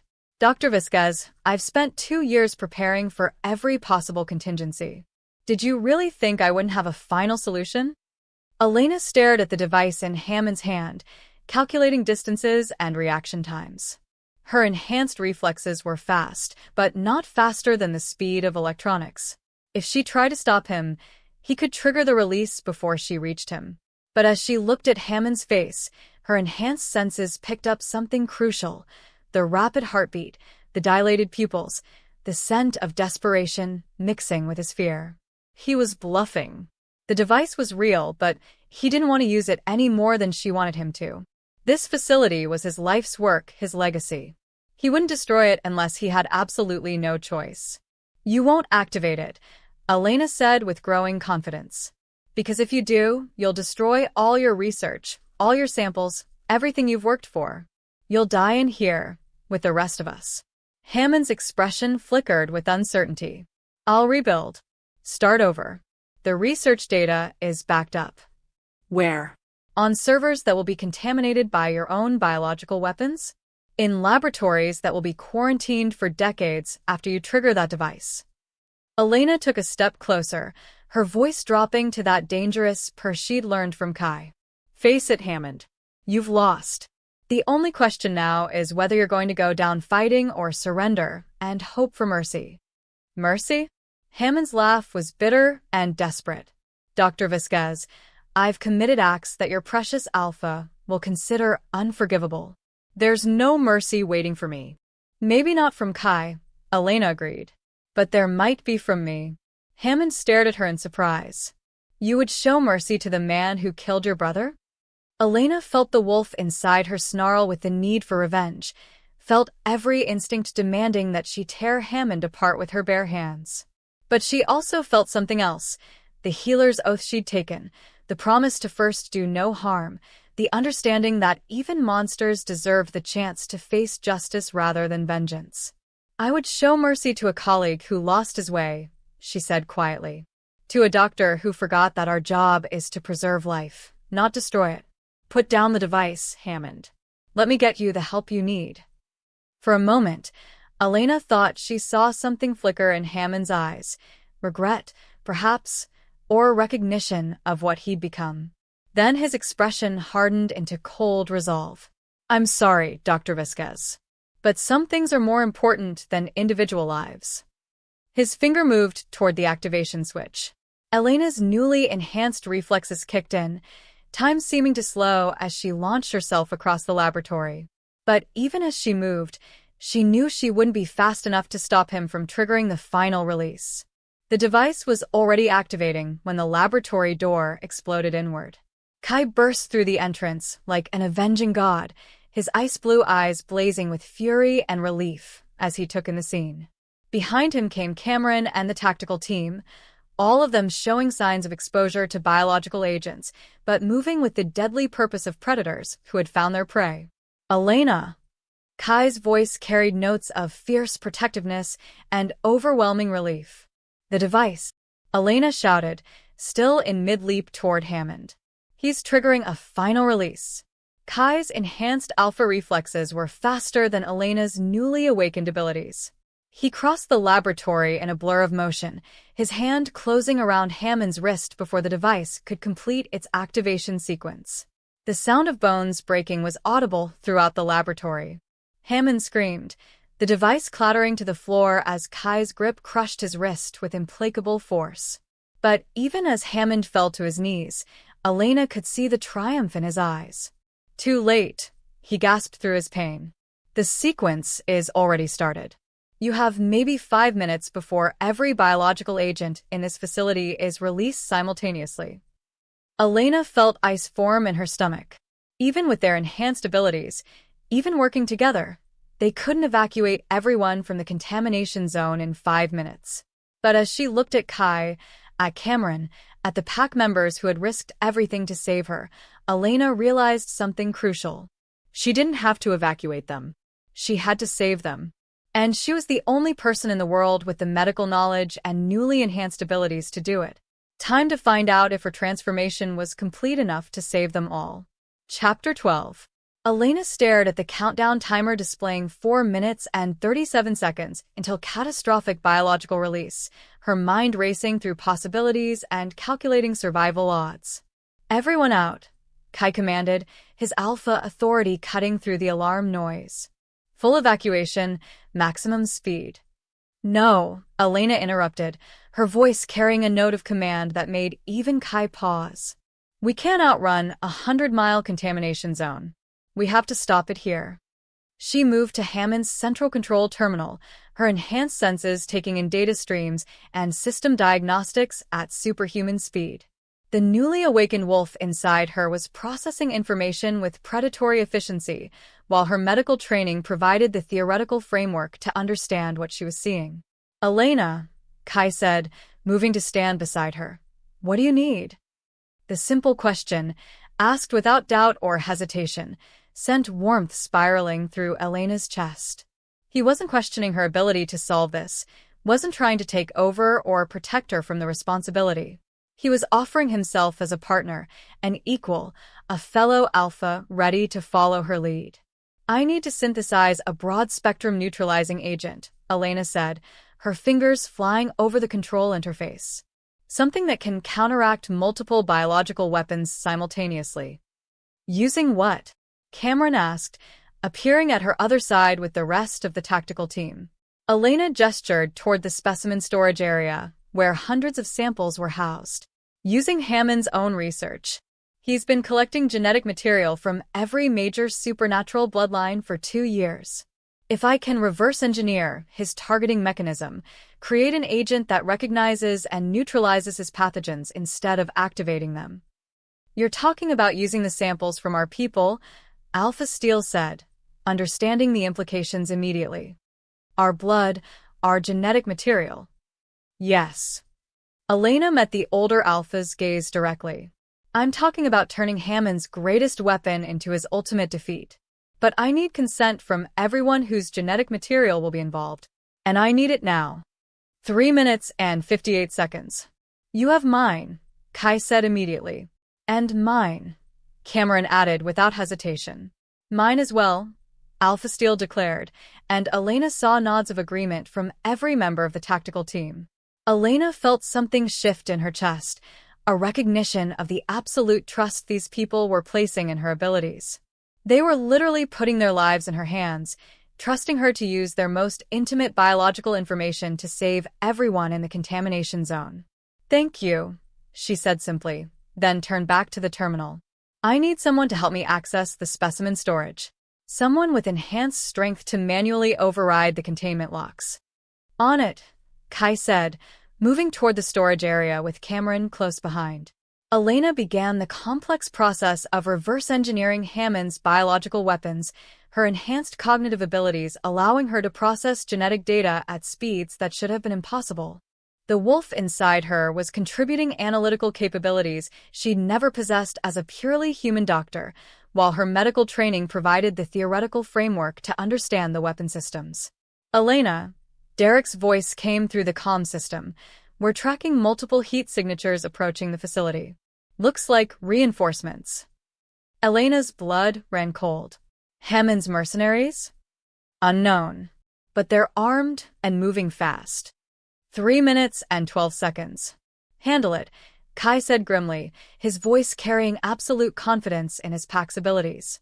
Elena needs to concentrate. Elena forced herself to focus on the genetic sequences streaming across her screens, but part of her attention was tracking the sounds of combat beginning outside the facility. Gunfire, howls, the distinctive sounds of supernatural predators engaging human opponents. Her pack was fighting for their lives while she worked to save them all. Got the first batch of samples, Kai reported, appearing at her side with vials of genetic material from the storage units. What do you need me to do?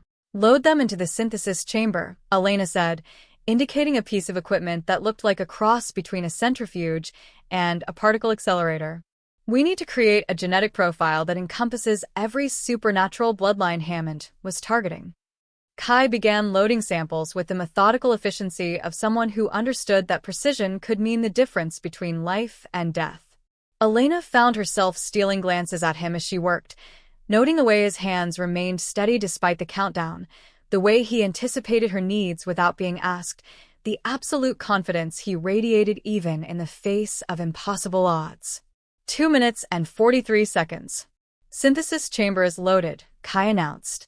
Elena initiated the genetic analysis sequence, watching as the machine began processing DNA from dozens of supernatural bloodlines.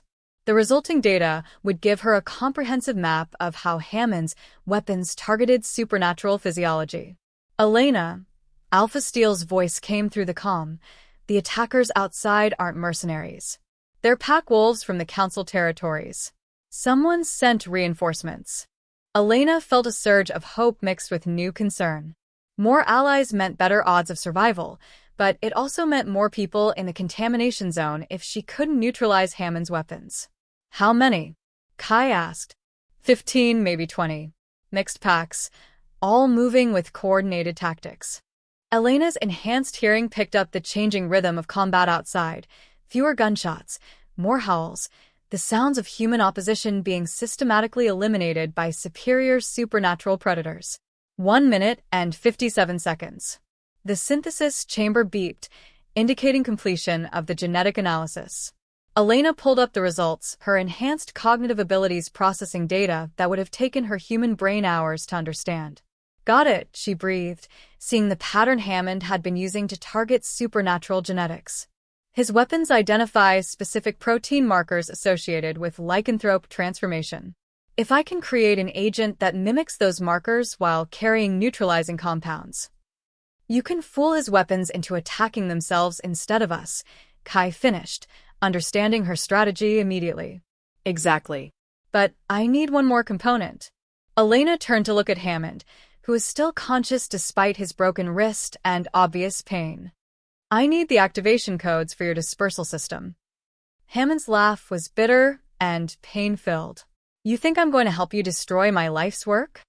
I think you're going to help me save thousands of innocent lives, Elena replied, her voice carrying the authority of someone who had fully embraced her alpha nature. Because despite everything you've done, you're still a doctor. And doctors save lives. 1 minute and 28 seconds. It's too late anyway, Hammond said weakly. Even if you neutralize the current release, I've seeded biological agents throughout the water supplies of 6 major cities. Delayed activation, triggered by specific environmental conditions. You can't stop them all. Elena felt ice form in her stomach, but Kai's hand on her shoulder steadied her. One crisis at a time, he said quietly. Stop this one first, then we'll deal with the others. Elena nodded, forcing herself to focus on the immediate problem. She began synthesizing the neutralizing agent, using the genetic profiles they'd gathered to create a compound that would recognize and destroy Hammond's biological weapons. 57 seconds. Elena, I'm reading massive biosignatures approaching from the storage area, Cameron reported. Whatever you're doing, it's activating Hammond's remaining weapons. It's supposed to, Elena said, her fingers flying over the controls as she loaded the neutralizing agent into Hammond's own dispersal system. I'm using his delivery mechanism against him. 34 seconds. The laboratory began filling with a fine mist as Elena activated the dispersal protocol. Instead of carrying biological weapons designed to kill supernatural creatures, the mist now carried her neutralizing agent, a compound designed to seek out and destroy Hammond's pathogens wherever they were found. Is it working? Kai asked, watching the countdown timer. 15 seconds. Elena monitored the biological readings, watching as her neutralizing agent spread through the facility's ventilation system and began engaging Hammond's weapons. The computer showed cascading system failures as the weaponized pathogens were systematically destroyed by her countermeasures. 10 seconds. 9, 8, 7. The countdown reached 0, and every biological weapon in Hammond's facility activated simultaneously. But instead of releasing death, they released Elena's neutralizing agent, a compound that would hunt down and destroy every trace of Hammond's work. Silence fell over the laboratory, broken only by the hum of ventilation systems and the distant sounds of the tactical team securing the facility perimeter. Status report, Elena called out, her voice steady despite the adrenaline still coursing through her system. All clear outside, Derek reported. The reinforcements have secured the area. No remaining hostile forces. Biological readings are dropping rapidly, Cameron added. Whatever you did, it's working. Pathogen levels are falling to safe ranges throughout the facility. Elena felt her knees go weak with relief. They'd done it. They'd stopped Hammond's biological weapons, neutralized the immediate threat, and saved everyone in the contamination zone. Elena. Kai's arms came around her, steadying her as the full implications of what they'd accomplished began to sink in. You did it. You saved us all. Elena leaned into his strength, feeling the solid warmth of his presence anchoring her as the adrenaline began to fade. We did it, she corrected. All of us together. The water supplies, Hammond said weakly from where he lay against the wall. I wasn't bluffing about the delayed activation systems in the cities.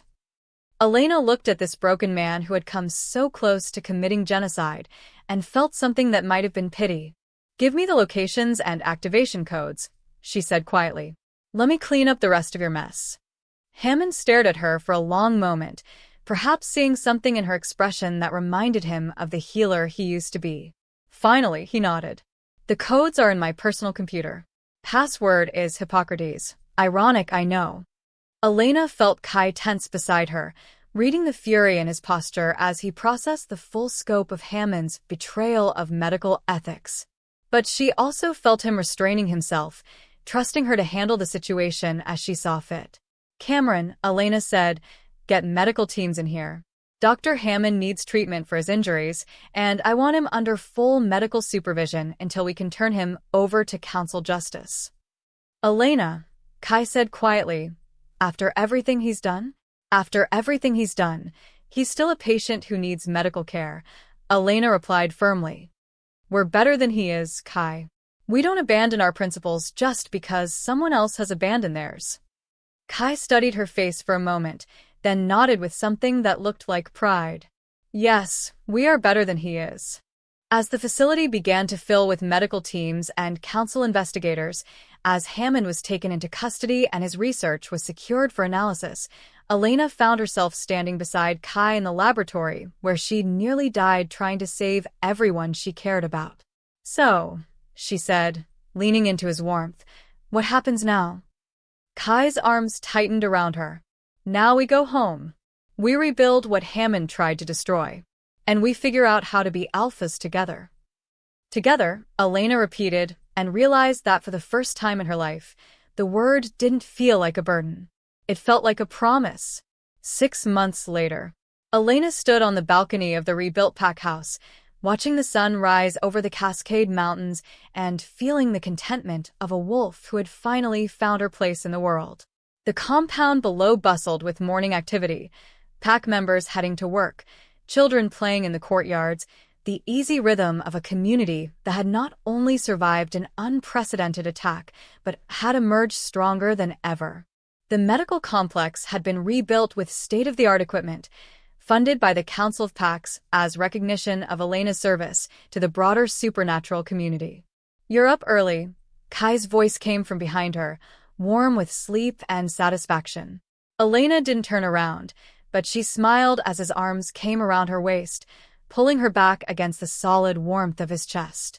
6 months of partnership, in leadership, in life, in every way that mattered, had taught her to recognize his moods by the way he held her. This morning he was content, Proud. and carrying just a trace of the predatory satisfaction that meant he was thinking about the claiming ceremony that would take place tonight. I like watching the pack wake up, Elena said, leaning into his strength. It reminds me that we saved all of this. We did more than save it, Kai murmured against her hair. We made it stronger.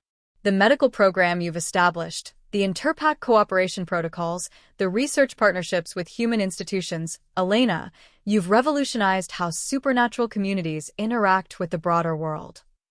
Elena felt warmth spread through her chest at the pride in his voice. The past 6 months had been a whirlwind of activity as she'd worked to establish safeguards against future biological attacks while building bridges between supernatural and human medical communities. Her unique position as both a trained physician and a lycanthrope had made her the perfect ambassador for a new era of cooperation. The council meeting yesterday went well, she said, remembering the formal recognition she'd received as the first interpack medical coordinator in supernatural history. Alpha Catherine looked like she was going to burst with pride when they announced her appointment. Kai agreed with amusement. Though I think Alpha Morrison is still trying to figure out how you convinced Harvard Medical School to establish a supernatural physiology research program. Elena's laugh was soft and genuinely happy.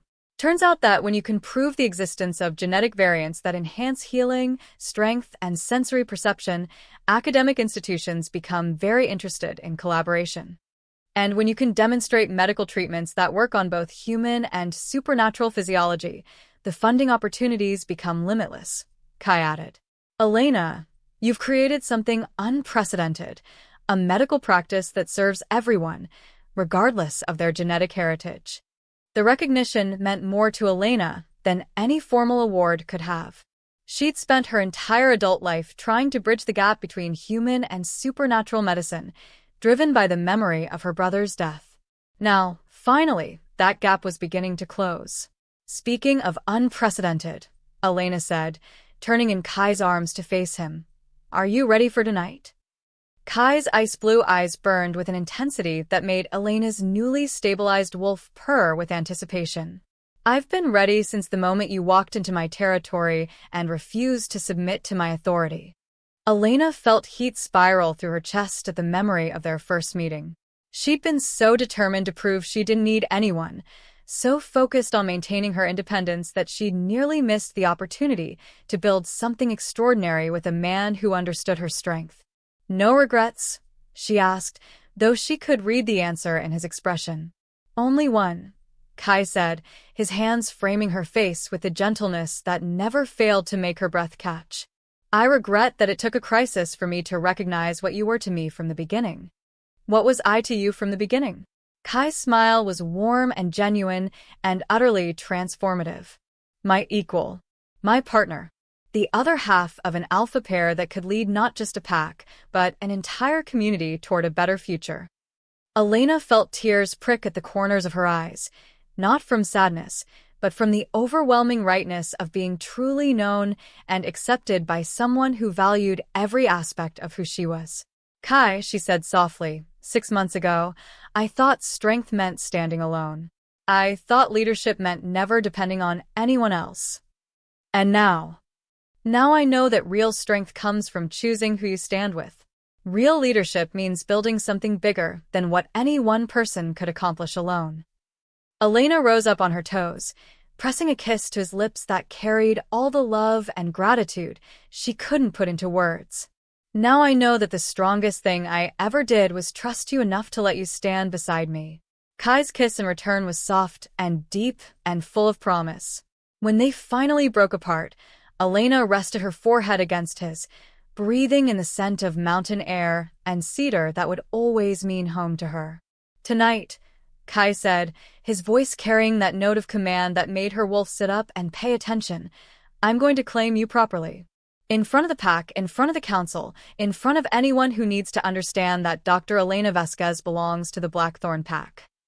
And that Alpha Kai Blackthorn belongs to me, Elena added, letting him hear the possessive satisfaction in her voice. Always, Kai agreed. From the moment you walked into my territory, I was yours. Tonight just makes it official. Elena looked out over the compound again, seeing not just the pack they led together but the future they were building, a world where supernatural and human communities worked together, where medical knowledge served everyone regardless of their genetic heritage, where strength was measured not by dominance but by the ability to protect and nurture those under your care. "So, what's first on the agenda for the new alpha pair?" she asked. Kai's laugh was rich and warm and full of anticipation. "First, we have a claiming ceremony to prepare for. Then, we have a lifetime of building something extraordinary together." "A lifetime," Elena repeated, and realized that for the first time since her brother's death, she was looking forward to the future instead of just surviving the present. She'd found her pack. She'd found her purpose. Most importantly, she'd found the man who saw her not as someone to be protected or controlled, but as a partner worthy of standing beside him as they built something greater than either of them could achieve alone. "I love you," she said simply, the words carrying all the weight of someone who had never expected to find a home in another person's arms. "I love you too," Kai replied, his voice steady with the kind of commitment that could weather any storm. "My alpha. My equal. My heart." As the sun climbed higher over the mountains, Elena Vasquez, Dr. Alpha, and the strongest woman Kai Blackthorne had ever known, prepared to claim her place not just as a member of the pack, but as the other half of a partnership that would reshape the supernatural world. Tonight, she would stand before their combined communities and accept the bonds that would tie her to Kai and his pack forever. But more than that, she would accept her role as a leader, a healer, and a woman strong enough to build a future where no one would have to choose between love and duty, between protecting others and protecting themselves. The hunt was over. The battle was won. And Elena Vasquez had finally found where she belonged. In the arms of an alpha who saw her strength and loved her for it. At the head of a pack that had chosen to follow her vision of a better world. In a life built not on surviving alone, but on thriving together with people who understood that the greatest strength came not from dominance, but from the courage to stand with those you loved. As Kai pulled her back inside to prepare for the ceremony that would unite them officially, Elena felt her wolf settle contentedly in her chest. No more restless searching. No more wondering if she belonged. She was home. She was loved. She was exactly where she was meant to be. And tonight, the whole world would know it. The end.